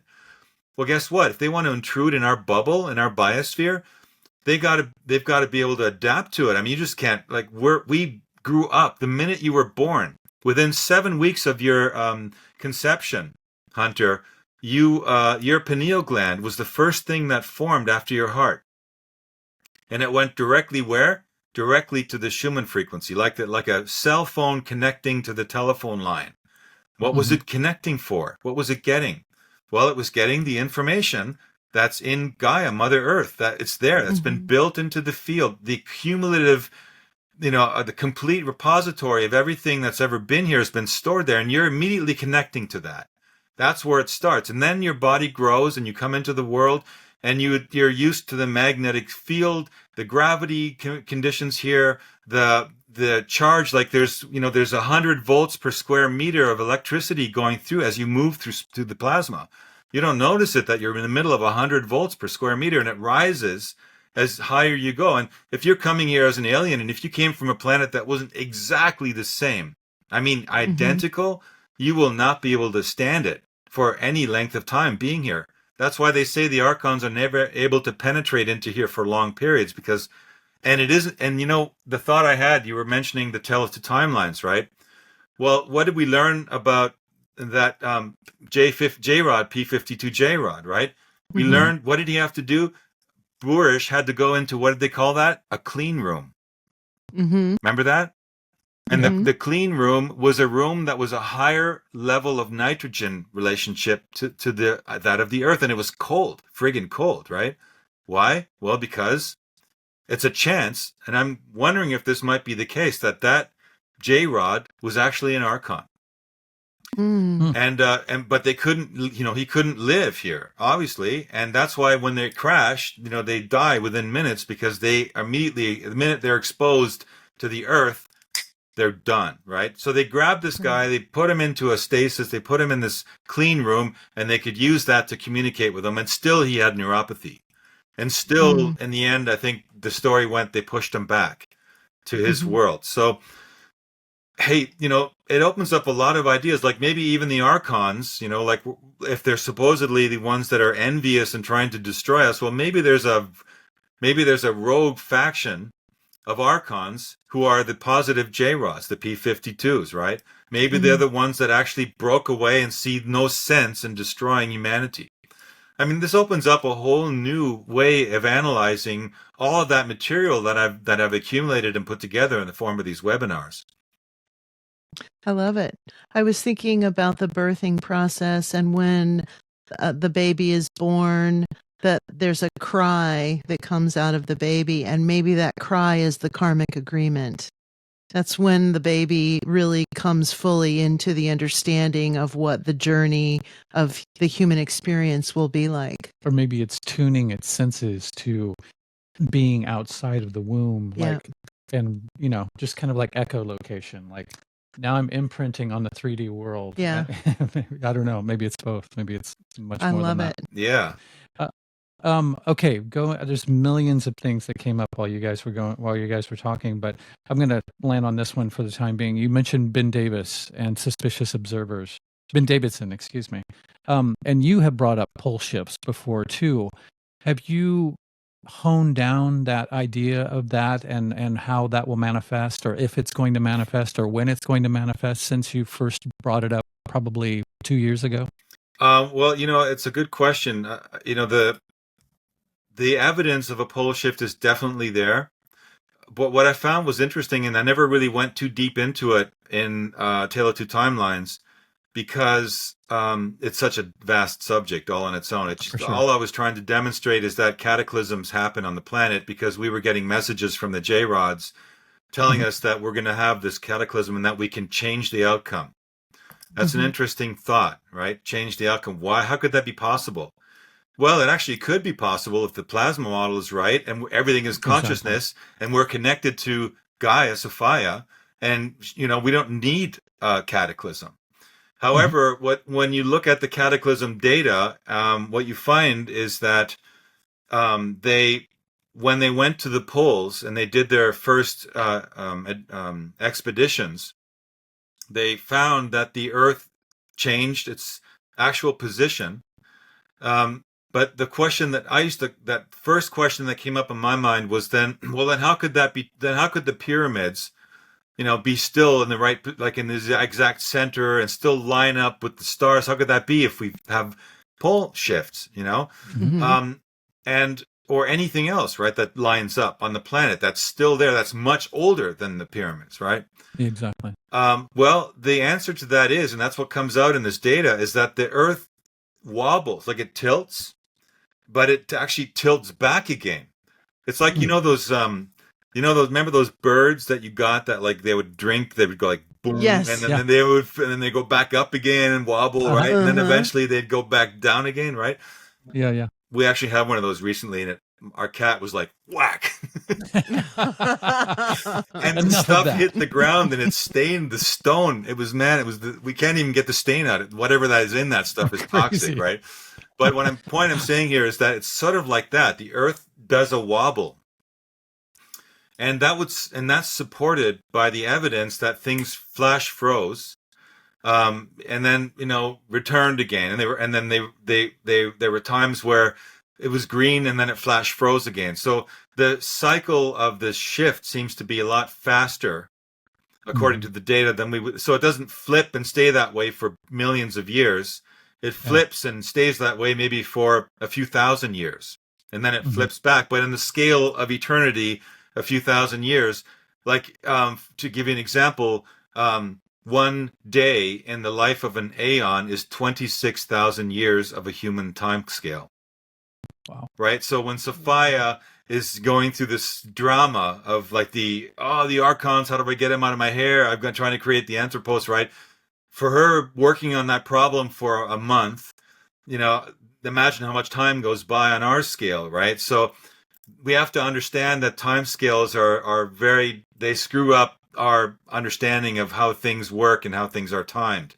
So the pole shift on a larger time scale for me is very realistic, but I also hold on to the idea that if we indeed are connected with Sophia, have you ever wondered, like, lately in this solar maximum that we've had, you've probably seen or heard reports. Ben Davidson has been on reporting on that. There are these flares that come at us, right? Sometimes there was even one that I reported on there were 7 flares in one day. And they, on their own, weren't even the biggest flares, because actually the only reason they had an impact on us is because the Earth's magnetosphere is shrunken, has weakened and gone down. So we're getting more of the impact. We're feeling more of even the weaker flares. But have you ever asked yourself, like, okay, these flares are deadly? And there was one in 1867, the Carrington effect, which, there were telephone wires, telegram wires were burning, in Jamaica and things like that, right? So have you ever wondered, why haven't we been wiped out by a flare, like, more often? For me, the only way that would make sense is, of course, and we talk about that in the fallen goddess scenario, that when Sophia turns into the earth, she does so in conjunction with Savitri, which is the sun, and the moon. It's called a 3-body system. So for the perfect conditions to exist for the Anthropos, you don't need an entire solar system. And you can even do it with a single planet. But the optimal system, and that was the realization that Sophia had, as documented in the Nag Hammadi, amazing stuff, is a 3-body system. The sun, the earth, and a satellite, which she in the narrative, as the satellite of the moon, is there as a mirror, a vanity mirror, for Sophia to not lose herself, because when she turned from a conscious plasmic entity into the planet, into dense matter, she, how would she remember who she is? How would she remember her existence? And the moon became that way, that vehicle for her to remember herself. So if you're willing to accept that mythology that was documented, then it would make sense that why would Savitri, as a being that Sophia was in contact with and communicating with, why would Savitri send at us on her experiment deadly, pathogens and rays and plasma and explosions that would wipe us out? It wouldn't make any sense. Sure. And indeed, it's never happened. We've had cataclysms, we've had floods, and we've had pole shifts, but they're never enough to totally decimate us completely. So I don't think that there's going to be, I think that's why the idea that we could change the outcome of the cataclysm has to do with enough of us waking up and reconnecting with Sophia, where it's like, okay, they got it. Now we can move on. And until that happens, probably there will be other cataclysmic events, but let's hope there won't. Let's hope we do manifest and reach that moment of critical mass, where we, all of us collectively, enough of us, reach the 100th monkey, and we actually pull it off this time, and we move into 11. So no fear that it's going to happen this Christmas. Like a new movie. And any energy thinking about that, Hunter, because if it happens, it doesn't matter whether you've thought about it or not, right? Exactly. A lot of people tell me that when I'm out there on speaking tours or in Germany, and I'm bringing all this negative stuff up, right? Oh, you're going to manifest all this negative stuff. You're just talking about it, you're going to manifest it. I'm like, no, dudes, like, people are working behind the scenes to manifest it, whether you believe it or not, whether you talk about it or not. In fact, if you do not talk about it, they're going to get the message that you don't care. You've given them the drivers, the steering wheel, and they're going to take it and drive it into the wall, and there's nothing you can do about it, right? Yeah. So, we have to be focusing and thinking about it, but it doesn't serve us to go into fear or think, when is it going to happen? Is it going to be in 3 months? I mean, I'm coming over to the States, right around after the elections to do a talk at Arlington Institute.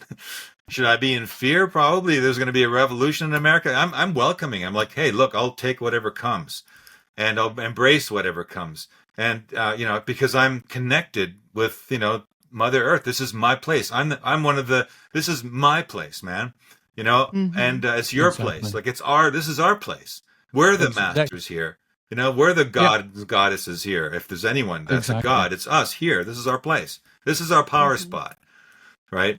And you're giving up your autonomy if that fear makes you feel like it's completely out of your control. Oh, yeah. No, exactly. Yeah. Yeah. You stop adding to the plasmic dance. I don't know how else to put it, but that's a good way to put it. I think that fear has its purpose. Like, if you're going to, if you see your kid walking across the street and there's a truck coming, I mean, yeah, scream and get that kid out of the way. There's a point Mhm. where Sure. fear and adrenaline serves a purpose, but it's not Exactly. to think about, will there be a pole shift? Won't there be a pole shift?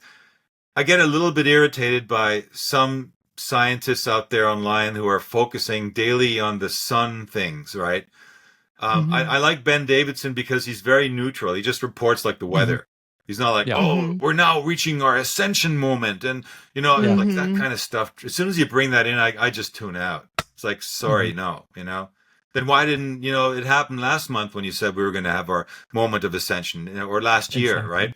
Or like, you Yeah. know, a lot of these people that were out there in the early days of the internet that were like new age scientists made all these predictions and, you know, said, this is what's going to happen. That always like is going to fall flat. And we For are in sure. a dynamic relationship with our Mother Earth. We decide when it's going to happen or if it's going to happen. That's the way I look at it. Yeah, I think that there are people who benefit from nihilism because it just reinforces their laziness and it reinforces an inaction. And it sells movie tickets, maybe. Oh, yeah. And there's something that feeds into that parasitic mindset of like, there's no reason to try, there's no reason to be healthy, there's no reason to do anything because the world sucks and it's going to end. And Yes, and thank you for so saying that. You're so right. there's many people who have monetized that reality.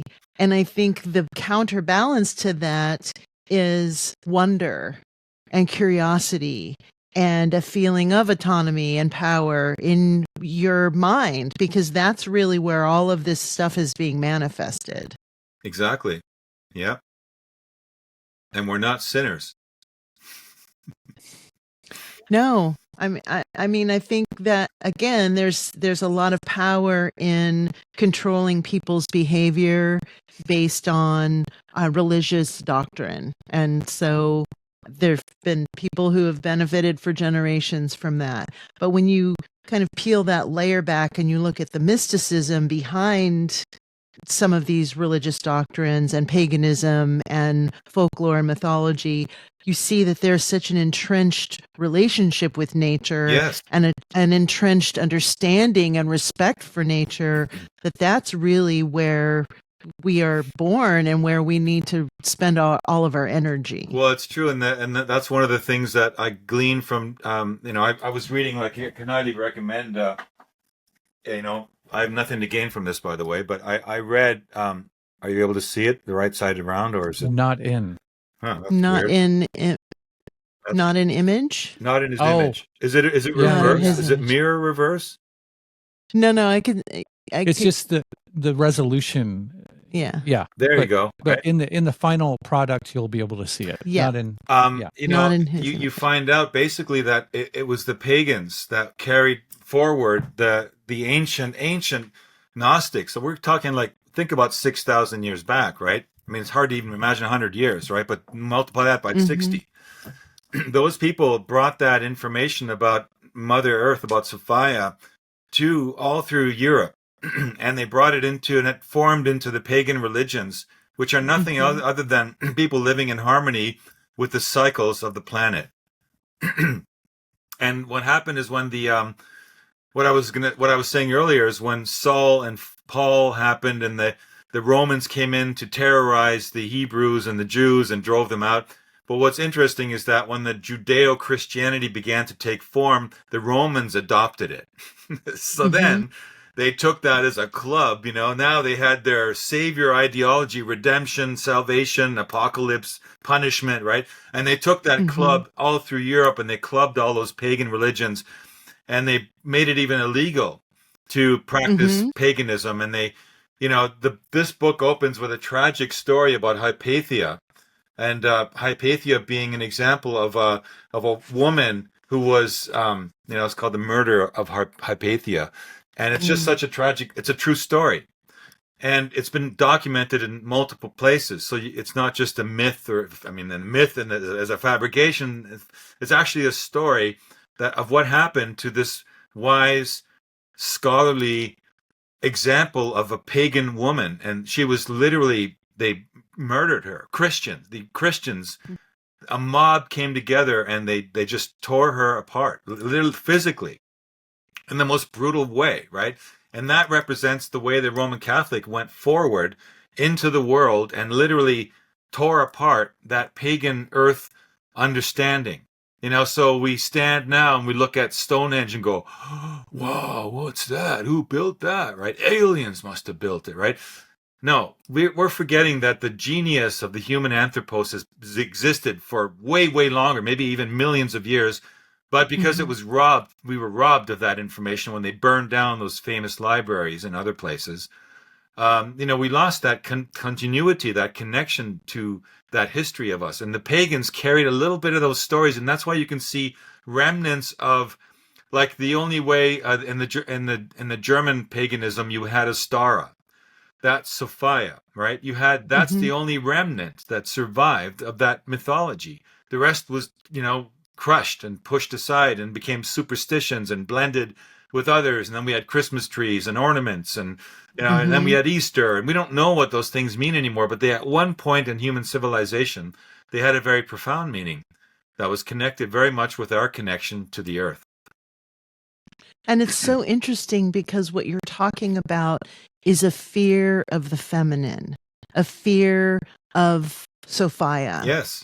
So the battle then becomes of the woman versus the man, this duality where it's not really the woman, it's the feminine energy, it's the divine feminine, it's this Sophic energy that Christianity is so fearful of that it has to control and has to destroy, because women are mystical and can make children and make life. And so what do we want to do? We want to eviscerate that. And so the inversion now becomes this trans sexual movement where now men want to be women. Yeah, or where now you can't have any sex, because if we can't have men dominating or women dominating, we'll have no sex. Or we'll have 87 different versions of it, yeah?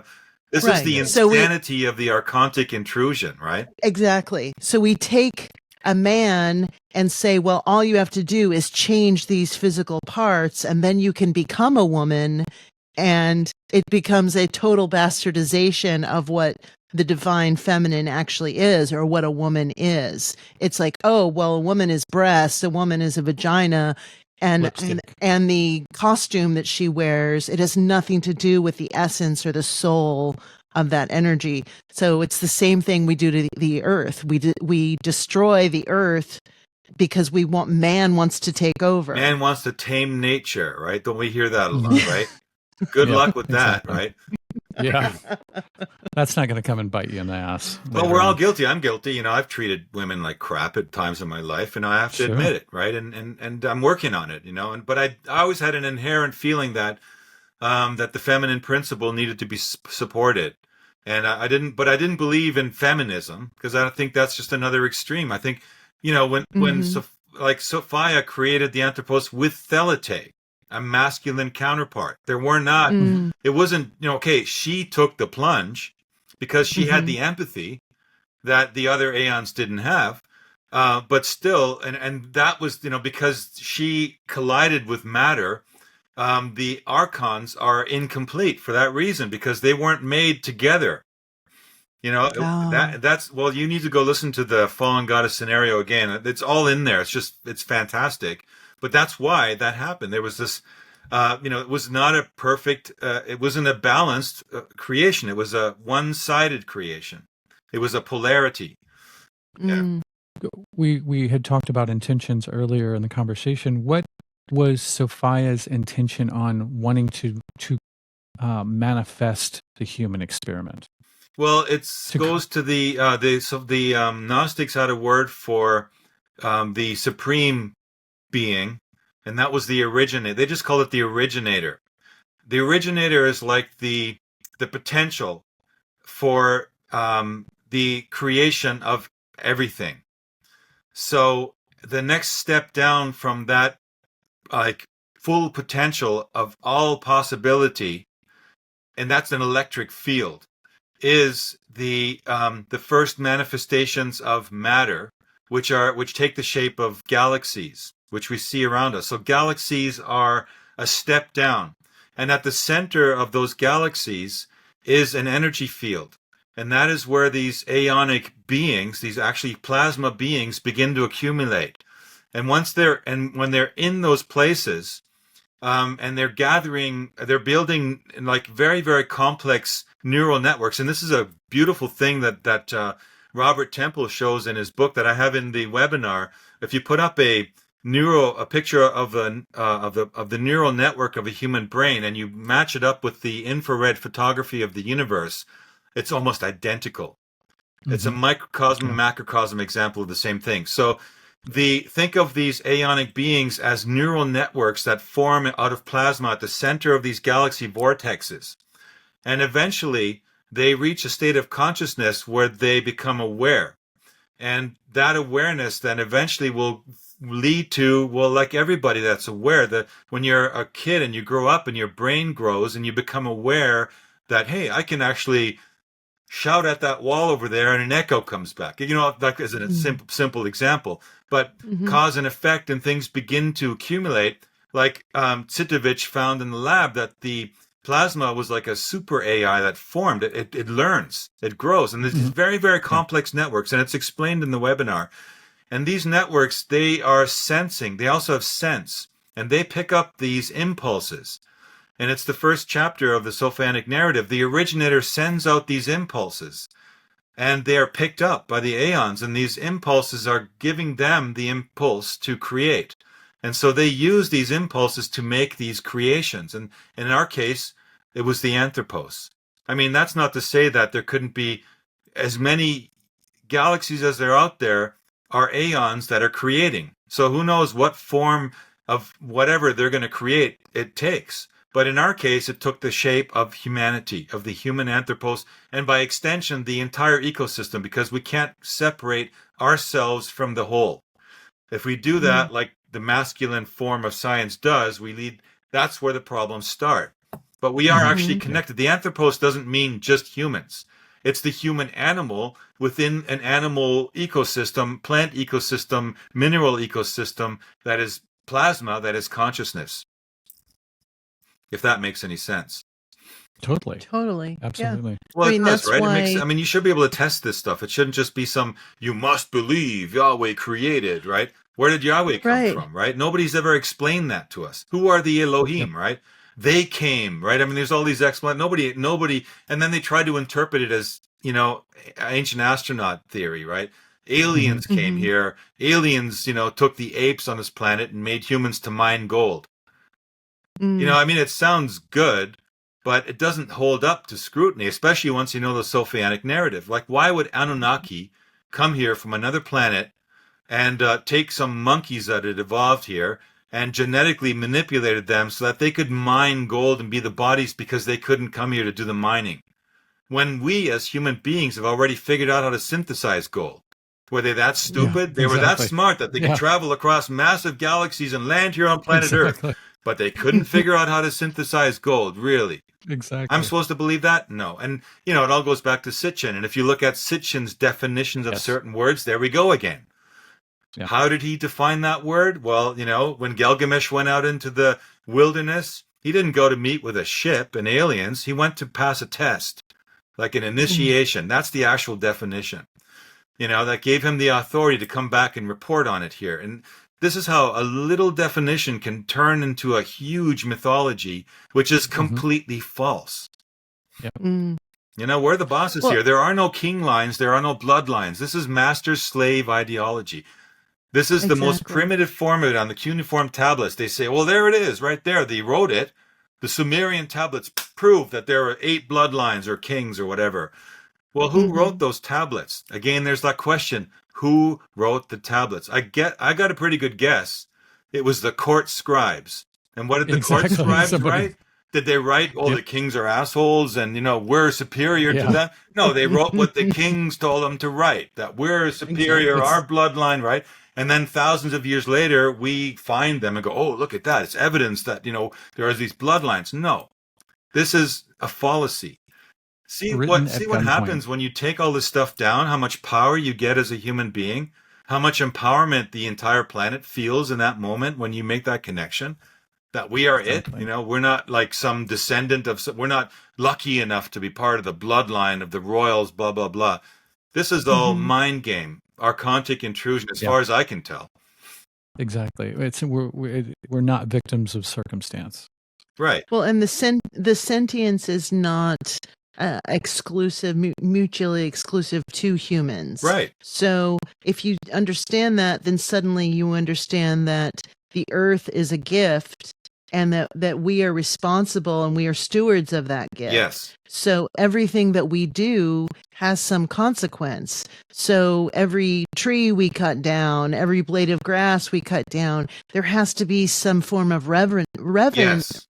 revelry in that, because, or reverence to that, Yeah, absolutely. because the power is understanding that relationship and honoring that relationship, and not just seeing that, oh, we can set this all on fire. It doesn't really matter because I'm going to go to heaven. And that's really where it all As goes long down. as I was fighting for the good guys, and the good guys are wearing this costume, and I mean, God, like, thank you for that. Was beautifully said, and that's exactly the nutshell of it. Really, it's this idea of reverence with our planet. Imagine how things would change if we had that, right? Exactly. If we didn't go to other countries to invade them, but to say, hey, what do you got going over here? Like, hey, check out what we got going. Maybe we can share, and celebrate our diverse cultures and geographic adaptations to the Mother Earth, right? And see what that leads, where that leads us. And to take it, what you were saying, to a non-physical level, every thought we have, not necessarily the things that we do in the physical world, but how we think about it, how we interact with it on the mental plane too, I think is important, especially in the plasmic cosmology of things. Yeah, so I think it's easy to see a hierarchy of thinking and think, oh, well, I'm awake and this person's asleep, and then somehow feel like you're better than. But I just think of the Malcolm X quote when he says, don't admonish someone who doesn't know what you know today. I'm paraphrasing, because there's something you don't know that someone else knows. So there's a grace that goes along with that, and understanding that some people, maybe they are filled with this archonic energy, but that the way to help that person elevate is not judge them and put yourself on that level, but to elevate them with your own thoughts. Yeah. And, like the reason I think that the only other thing we haven't really much covered is that the third part where I'm talking about World War II revisionism. Yes. And, that's important for me, because once I'd laid the foundation for what we've just been talking about, now looking at that narrative, it takes on a completely different meaning. And you can begin to see, and in the case of the material that I uncovered and I present in the German white paper, it shows you that there was already this archontic, influence going on behind the scenes way before the first shot was ever fired.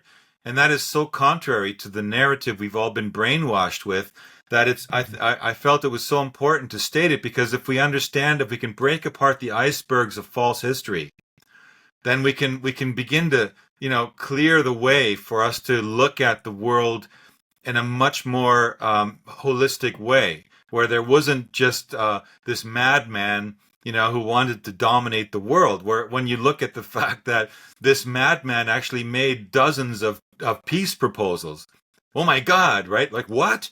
I never heard that, right? Or that the other so-called hero, that the guy with the belly and, that looks like Hitchcock,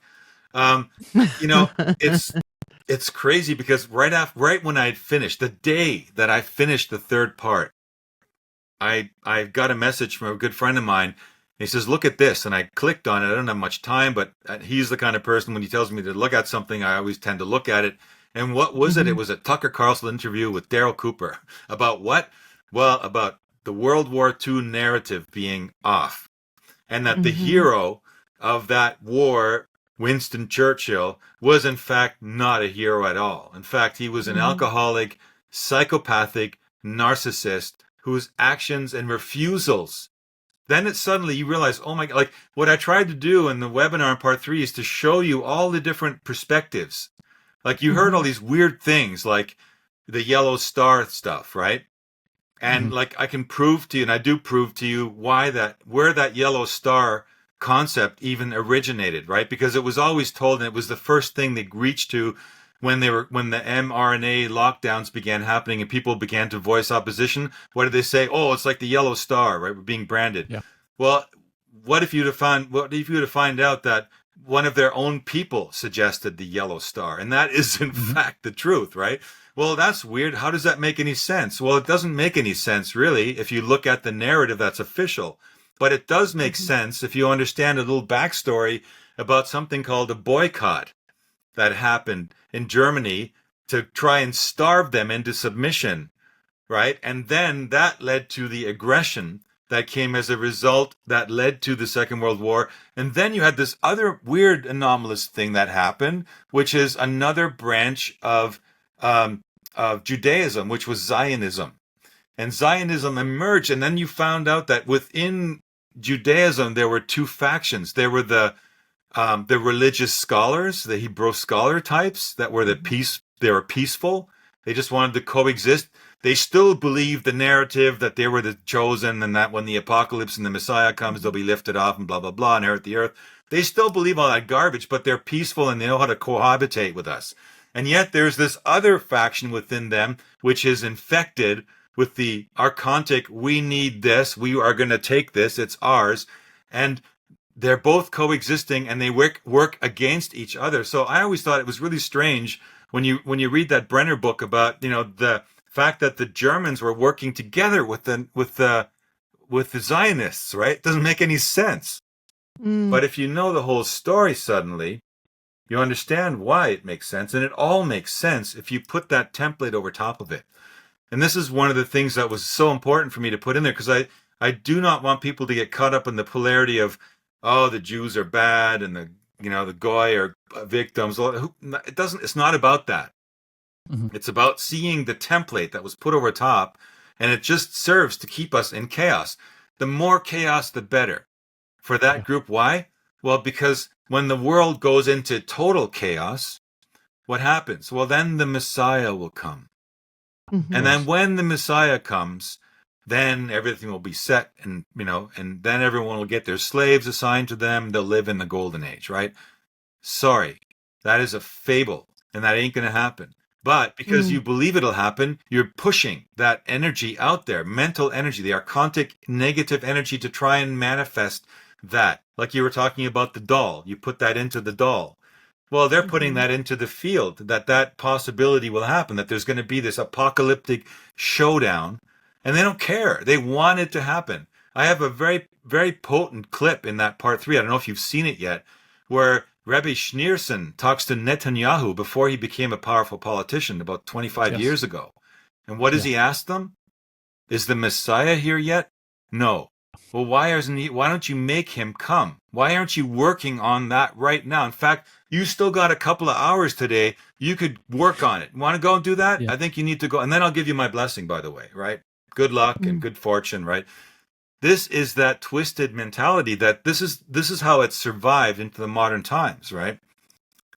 Where you see Reagan in front of a whole group of people. He's fallen into the Noahidism, right? Noahidism is something I talk about in part 3 as well. What is Noahidism? It's the Noahidic laws, right? Where even the non-Jews can become, they can get a higher status, not as high as us, of course, but still they can be our upper level slaves when the Messiah comes. I mean, it's twisted and demented when you look at it at its core and what it really means, this master race ideology. We need to ditch it. It's the only hope we have to get back in tune with where we're supposed to be. And it has nothing to do. It's all patriarchal.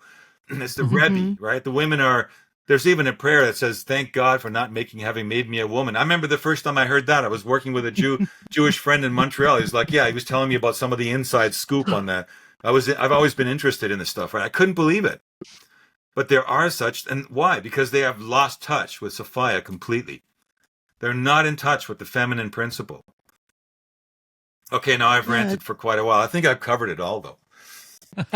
I love Yeah, it. absolutely. Well, I know just in my little tiny bit of research I've done about Winston Churchill that he had some serious daddy issues.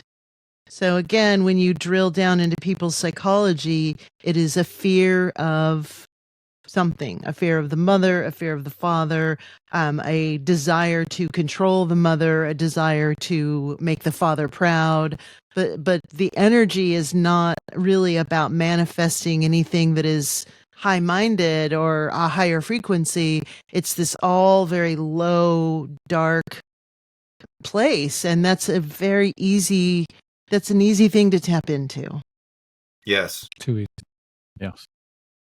Well, I was going to ask you very quickly about any pushback that you've gotten from people who just refuse to see it other than a black and white situation. But I mean, do we need to give that airtime? Unless you I want to haven't address- actually gotten any. I must Oh, good. say, I've Fantastic. gotten, in fact, quite the opposite. And I Fantastic. look at it as a way to open the door to discussion. That's it, and Yes. nothing else. Yeah. And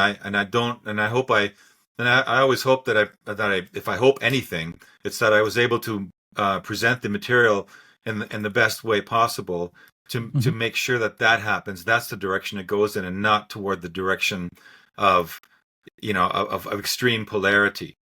Now there is a time when we have to we have to confront these demons, they've become demons.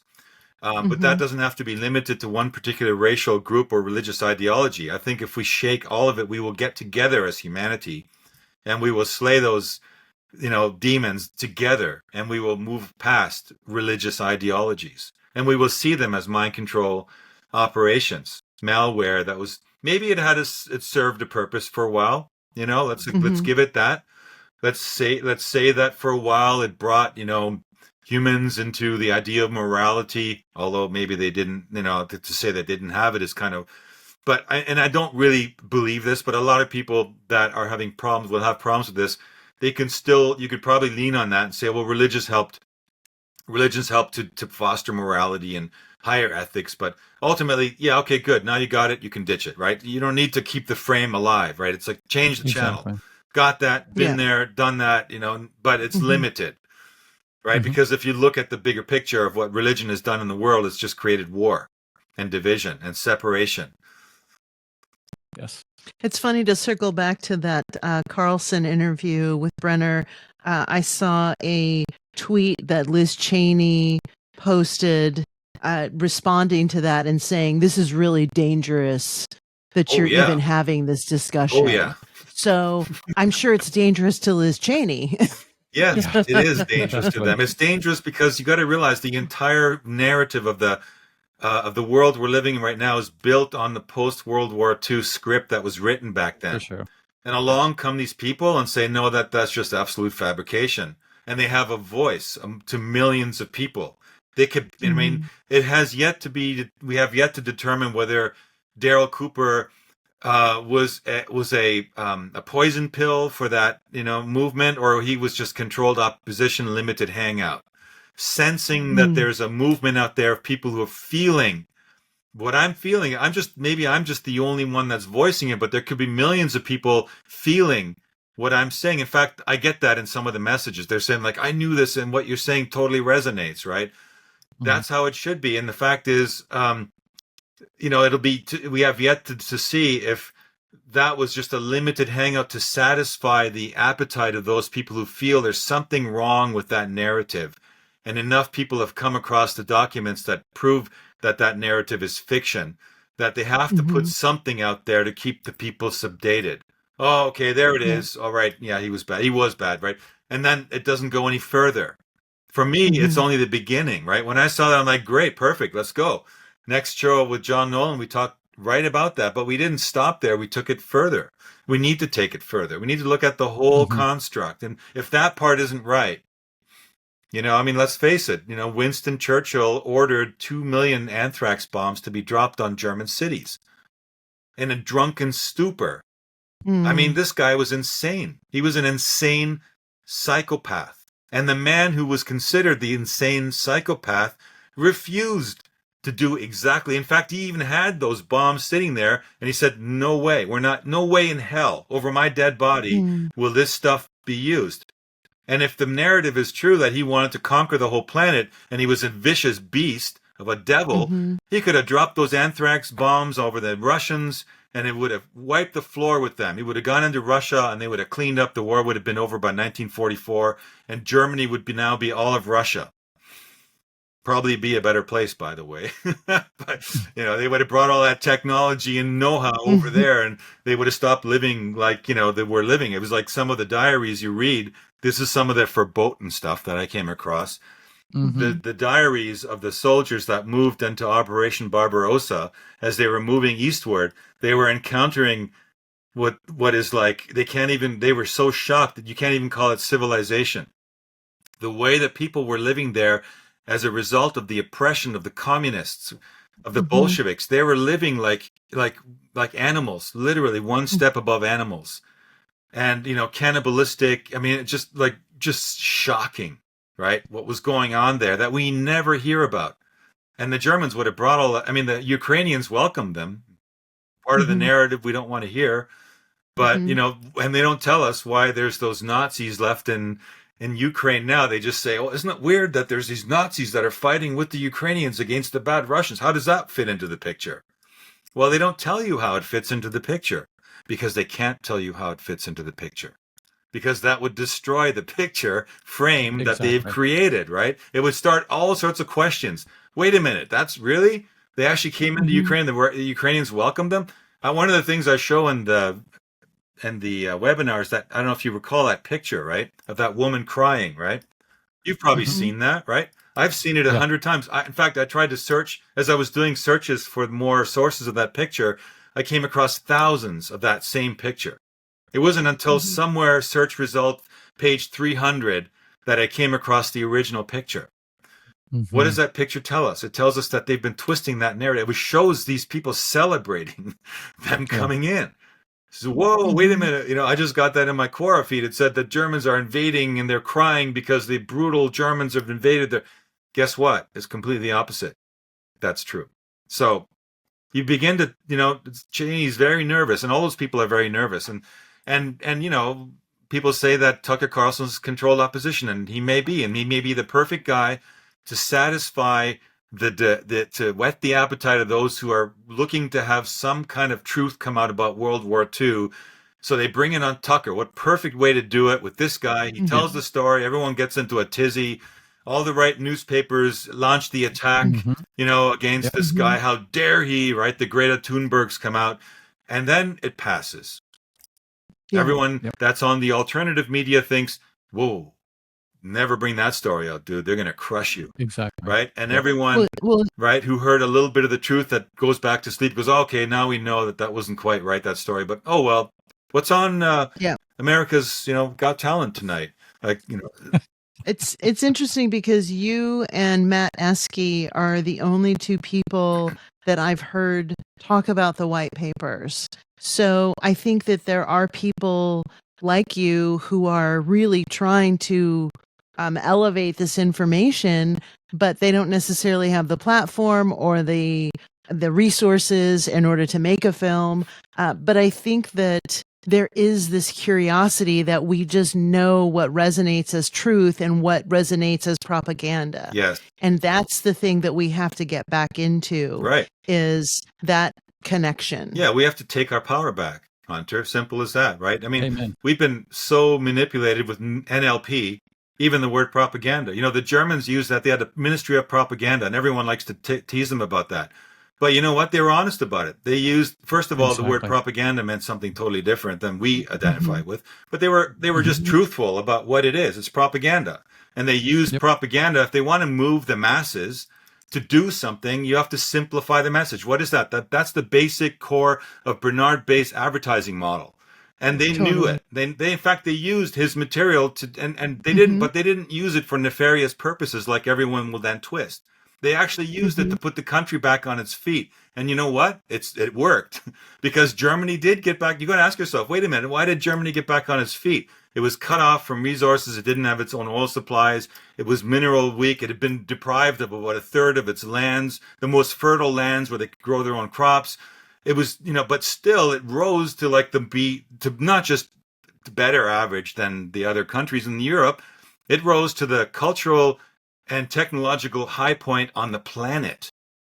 Let that one sicker in for a second. How could that be if there was this evil guy who was using propaganda to manipulate the masses into being idiots, right?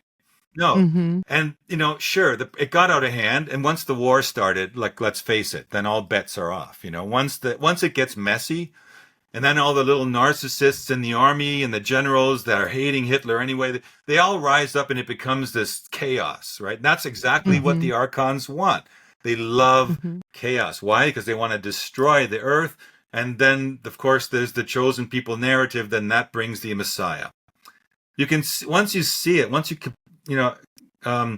what's the word in German? Kapieren. Also, it means once you check it, once you see the template and you lay it over top, you're no longer fooled by the propaganda that's coming from all sides, be it American, Russian, German, Chinese, whatever. You begin to look for it, and you see it. Tanya Maidenford and I start watching films now. When we watch films, you can see the meme of the evil Germans is in virtually every film that you watch these days. You've probably seen it. Start looking. You start noticing it, even if it's just some sideline in a comedy, right? Right? It's like they just throw it in there to make sure they reinforce the narrative they do not want you to question, the one Liz Cheney's worried about.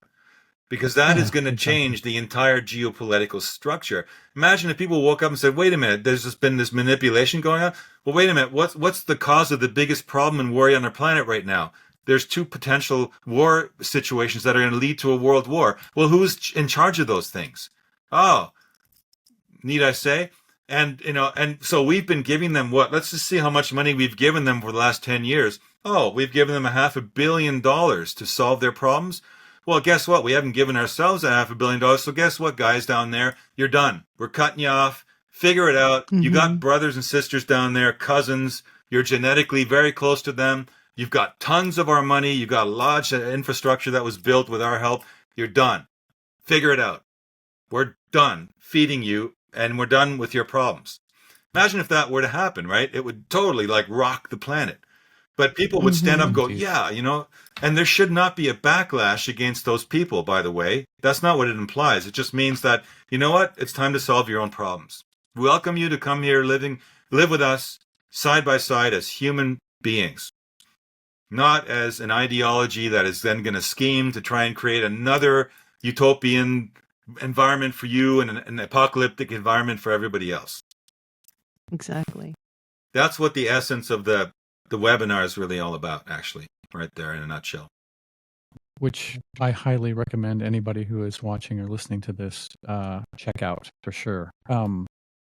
Frank, once again, you've done incredible work, and thank you for having the courage and the wherewithal to approach these subjects that are, many people wouldn't touch because of the potential controversy surrounding them, but you did it with grace, and I found it very informative. There was a lot of stuff in there that I didn't know, a lot of stuff I did, but it broadened my picture of everything that was covered, and I highly recommend it. Where can people who are watching or listening find you and your work online? Well, thank you. I guess the easiest way, if you see my name on screen, just .com, and then you'll get to my page, and at the top of that menu item is something called CyberHive. .tv, and that's the other URL. If you wanted to take the webinar, you would go to cyberhive.tv, which is where I have all these. I'm more thinking them in terms of masterclass these days than just webinars, because they're getting broader, and this one is 7.5 hours or something, and so it's like a real course. It's a real course in all of these elements, and so cyberhive.tv for that. But if you can't remember that or spell it right, just go to frankjacob.com, and you will get the connections also there to our films. Screen Addiction is the company, our production company for making motion picture documentary films. We have those out there like Packing for Mars, Solar Revolution, Klaus Donna Chronicles. We're just consciousness archaeologists, we're trying to figure out, signs of life, that are out there. Successfully, I might add. Yeah. fantastic work. Thank you. Thank you so much, Frank, for being generous with your time and chatting with us. Again, it was a pleasure, lovely conversation, and we really appreciate you and what you do. Yes, always a joy to see you. We send you and Tanya many blessings. Absolutely. Well, thank you. And if you could just leave your browser window open until everything is finished uploading, that would be fantastic. Will do. Yeah. Cool. Yeah.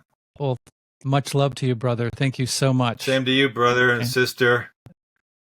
Let's do it again. Let's do it again. Absolutely. Yeah. Don't let too much time go by. We'll keep the dialogue going. Yeah. Yes, I agree. Definitely. All right. Fare thee well. Have a good rest of your evening, and I will be in touch. Great. It's awesome as It was usual. fantastic. Yeah. I love Frank. He's got fantastic energy. Too. And it's been a while since we've done a show, so it's nice to get back into the groove. And what a great way to jump back into it. He was so interesting. And again, these interviews that we're doing with people who are doing such deep research just reminds me of how history has been so deeply manipulated. Absolutely. That in concordance with, that obviously brings down a house of cards in and of itself, because between him, people like Amon, you realize how fictitious many of the building blocks that we base everything on in our world and in our mindset are, and which is freeing in a sense, once you realize that stuff is not only lies, but were put out for particular reasons, usually to control people or to keep them looking in a particular direction. You understand that not only is that not the case, but things are much more expansive and open and up for grabs than we had previously imagined before. And I like that plasmic aspect of the webinar too, where he goes into with Bruce Lipton about how our thoughts are the culture medium that reality is based on. And I mean, I know that, but it's always good to hear somebody else put it in a slightly different way to kind of put together a complete picture of that whole dynamic and how important it is. Yeah, I'm always impressed when you take a step back and you see how deeply entrenched people's ideas about their ideology are and how protective you become with your ideology, because just from a foundational standpoint, it's how you live your life. And so if you use Christianity, for example, or Buddhism as a philosophy, or Judaism, or any religion as the foundation, and any information that comes that maybe is counterintuitive to you, that can create such cognitive dissonance that for some people it drives them crazy, because they can't question what they have been taught or what they've been indoctrinated to believe. So I think what I love these little cards that we have. What I look down at is what I really admire about you is, and I was thinking about this, what I've said to you often is I admire your curiosity and the fact that you are constantly pushing outside of the confines of any system or context of belief that you were raised with. And I think I have benefited from people in my life that did that as well. And one thing that I noticed when I was a kid is that my mother was a lot more fluid in her acceptance of other ways of thinking and believing.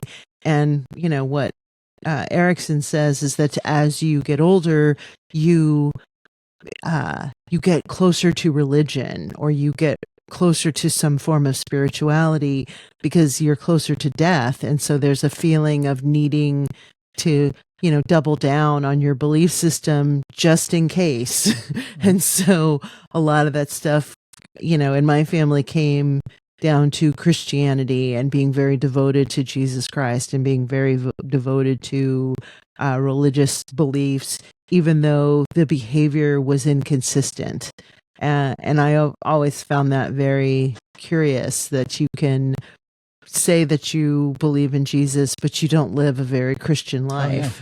And the form of Christianity that now we can look at and say, well, maybe you were living a Christian life isn't necessarily a life of peace and love. It's really a life of control. For sure. And thank you for that compliment. I could say the exact same thing about you. When I experience cognitive dissonance, I tend to want to get closer to that and look at why I feel that. Because why I might feel that.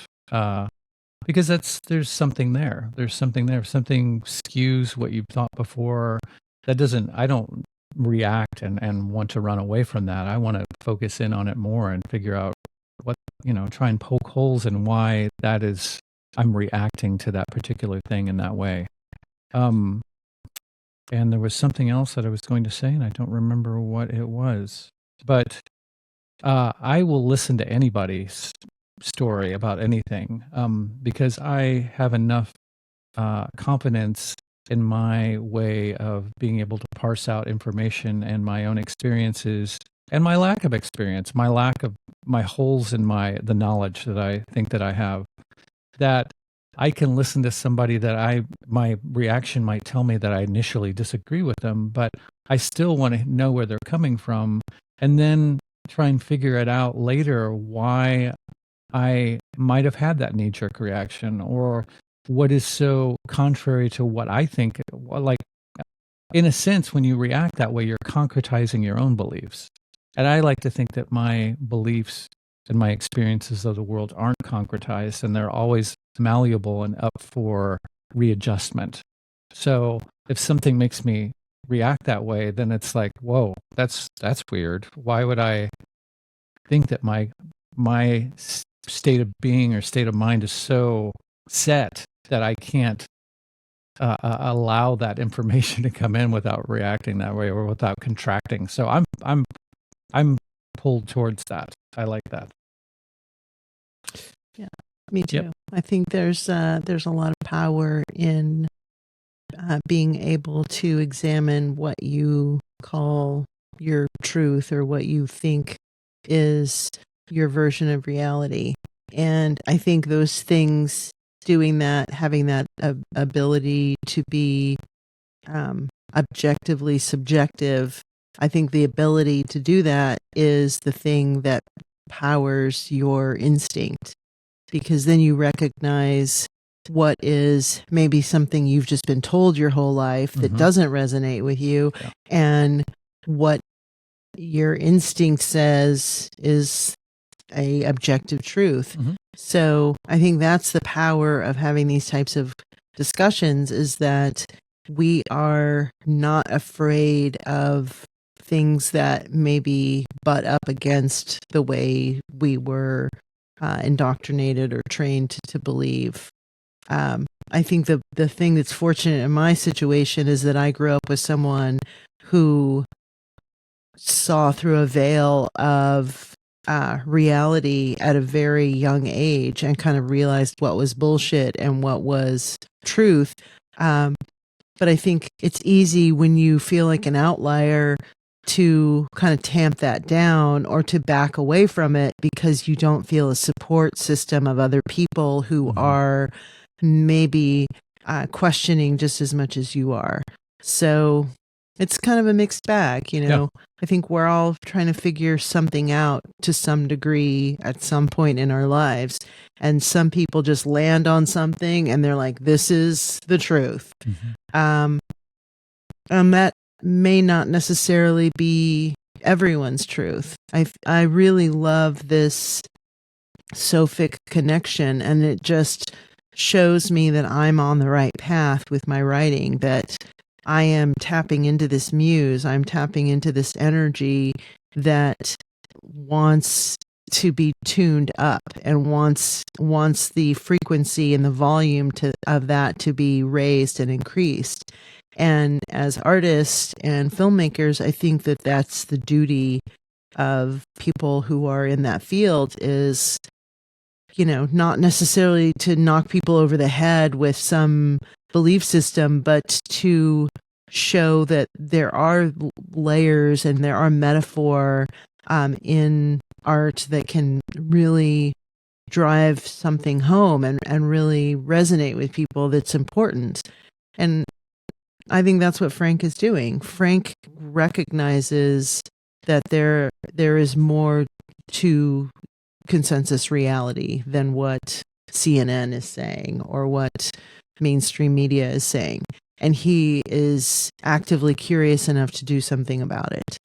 And I really applaud him and his partner. And, I was thinking of Dark. I was thinking of the show and how it's on Netflix, and Bernays' great-great-grandson is the one who runs Netflix. And so I do think that the Tucker Carlsons of the world, yes, they could be controlled ops. The David Ickes of the world, they could be controlled ops.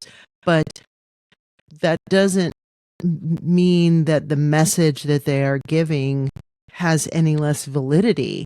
And yes, maybe it's being used to placate a certain segment of the population, but just like the internet, just like the lockdown, you can't control how people respond to a certain degree of freedom. And so this stuff can be thrown out and it resonates so deeply with someone that then they do take that tributary and decide to do more research about it.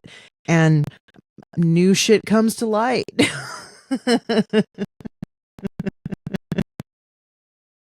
Where is it?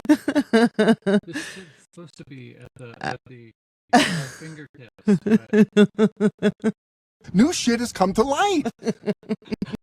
God. Timing. All about timing. I fucked up the timing. Hi-oh. That is the... This one? No, this one? Yes. I forgot what I was going to say. That wiped my mind. But it says right there, new shit. Yes.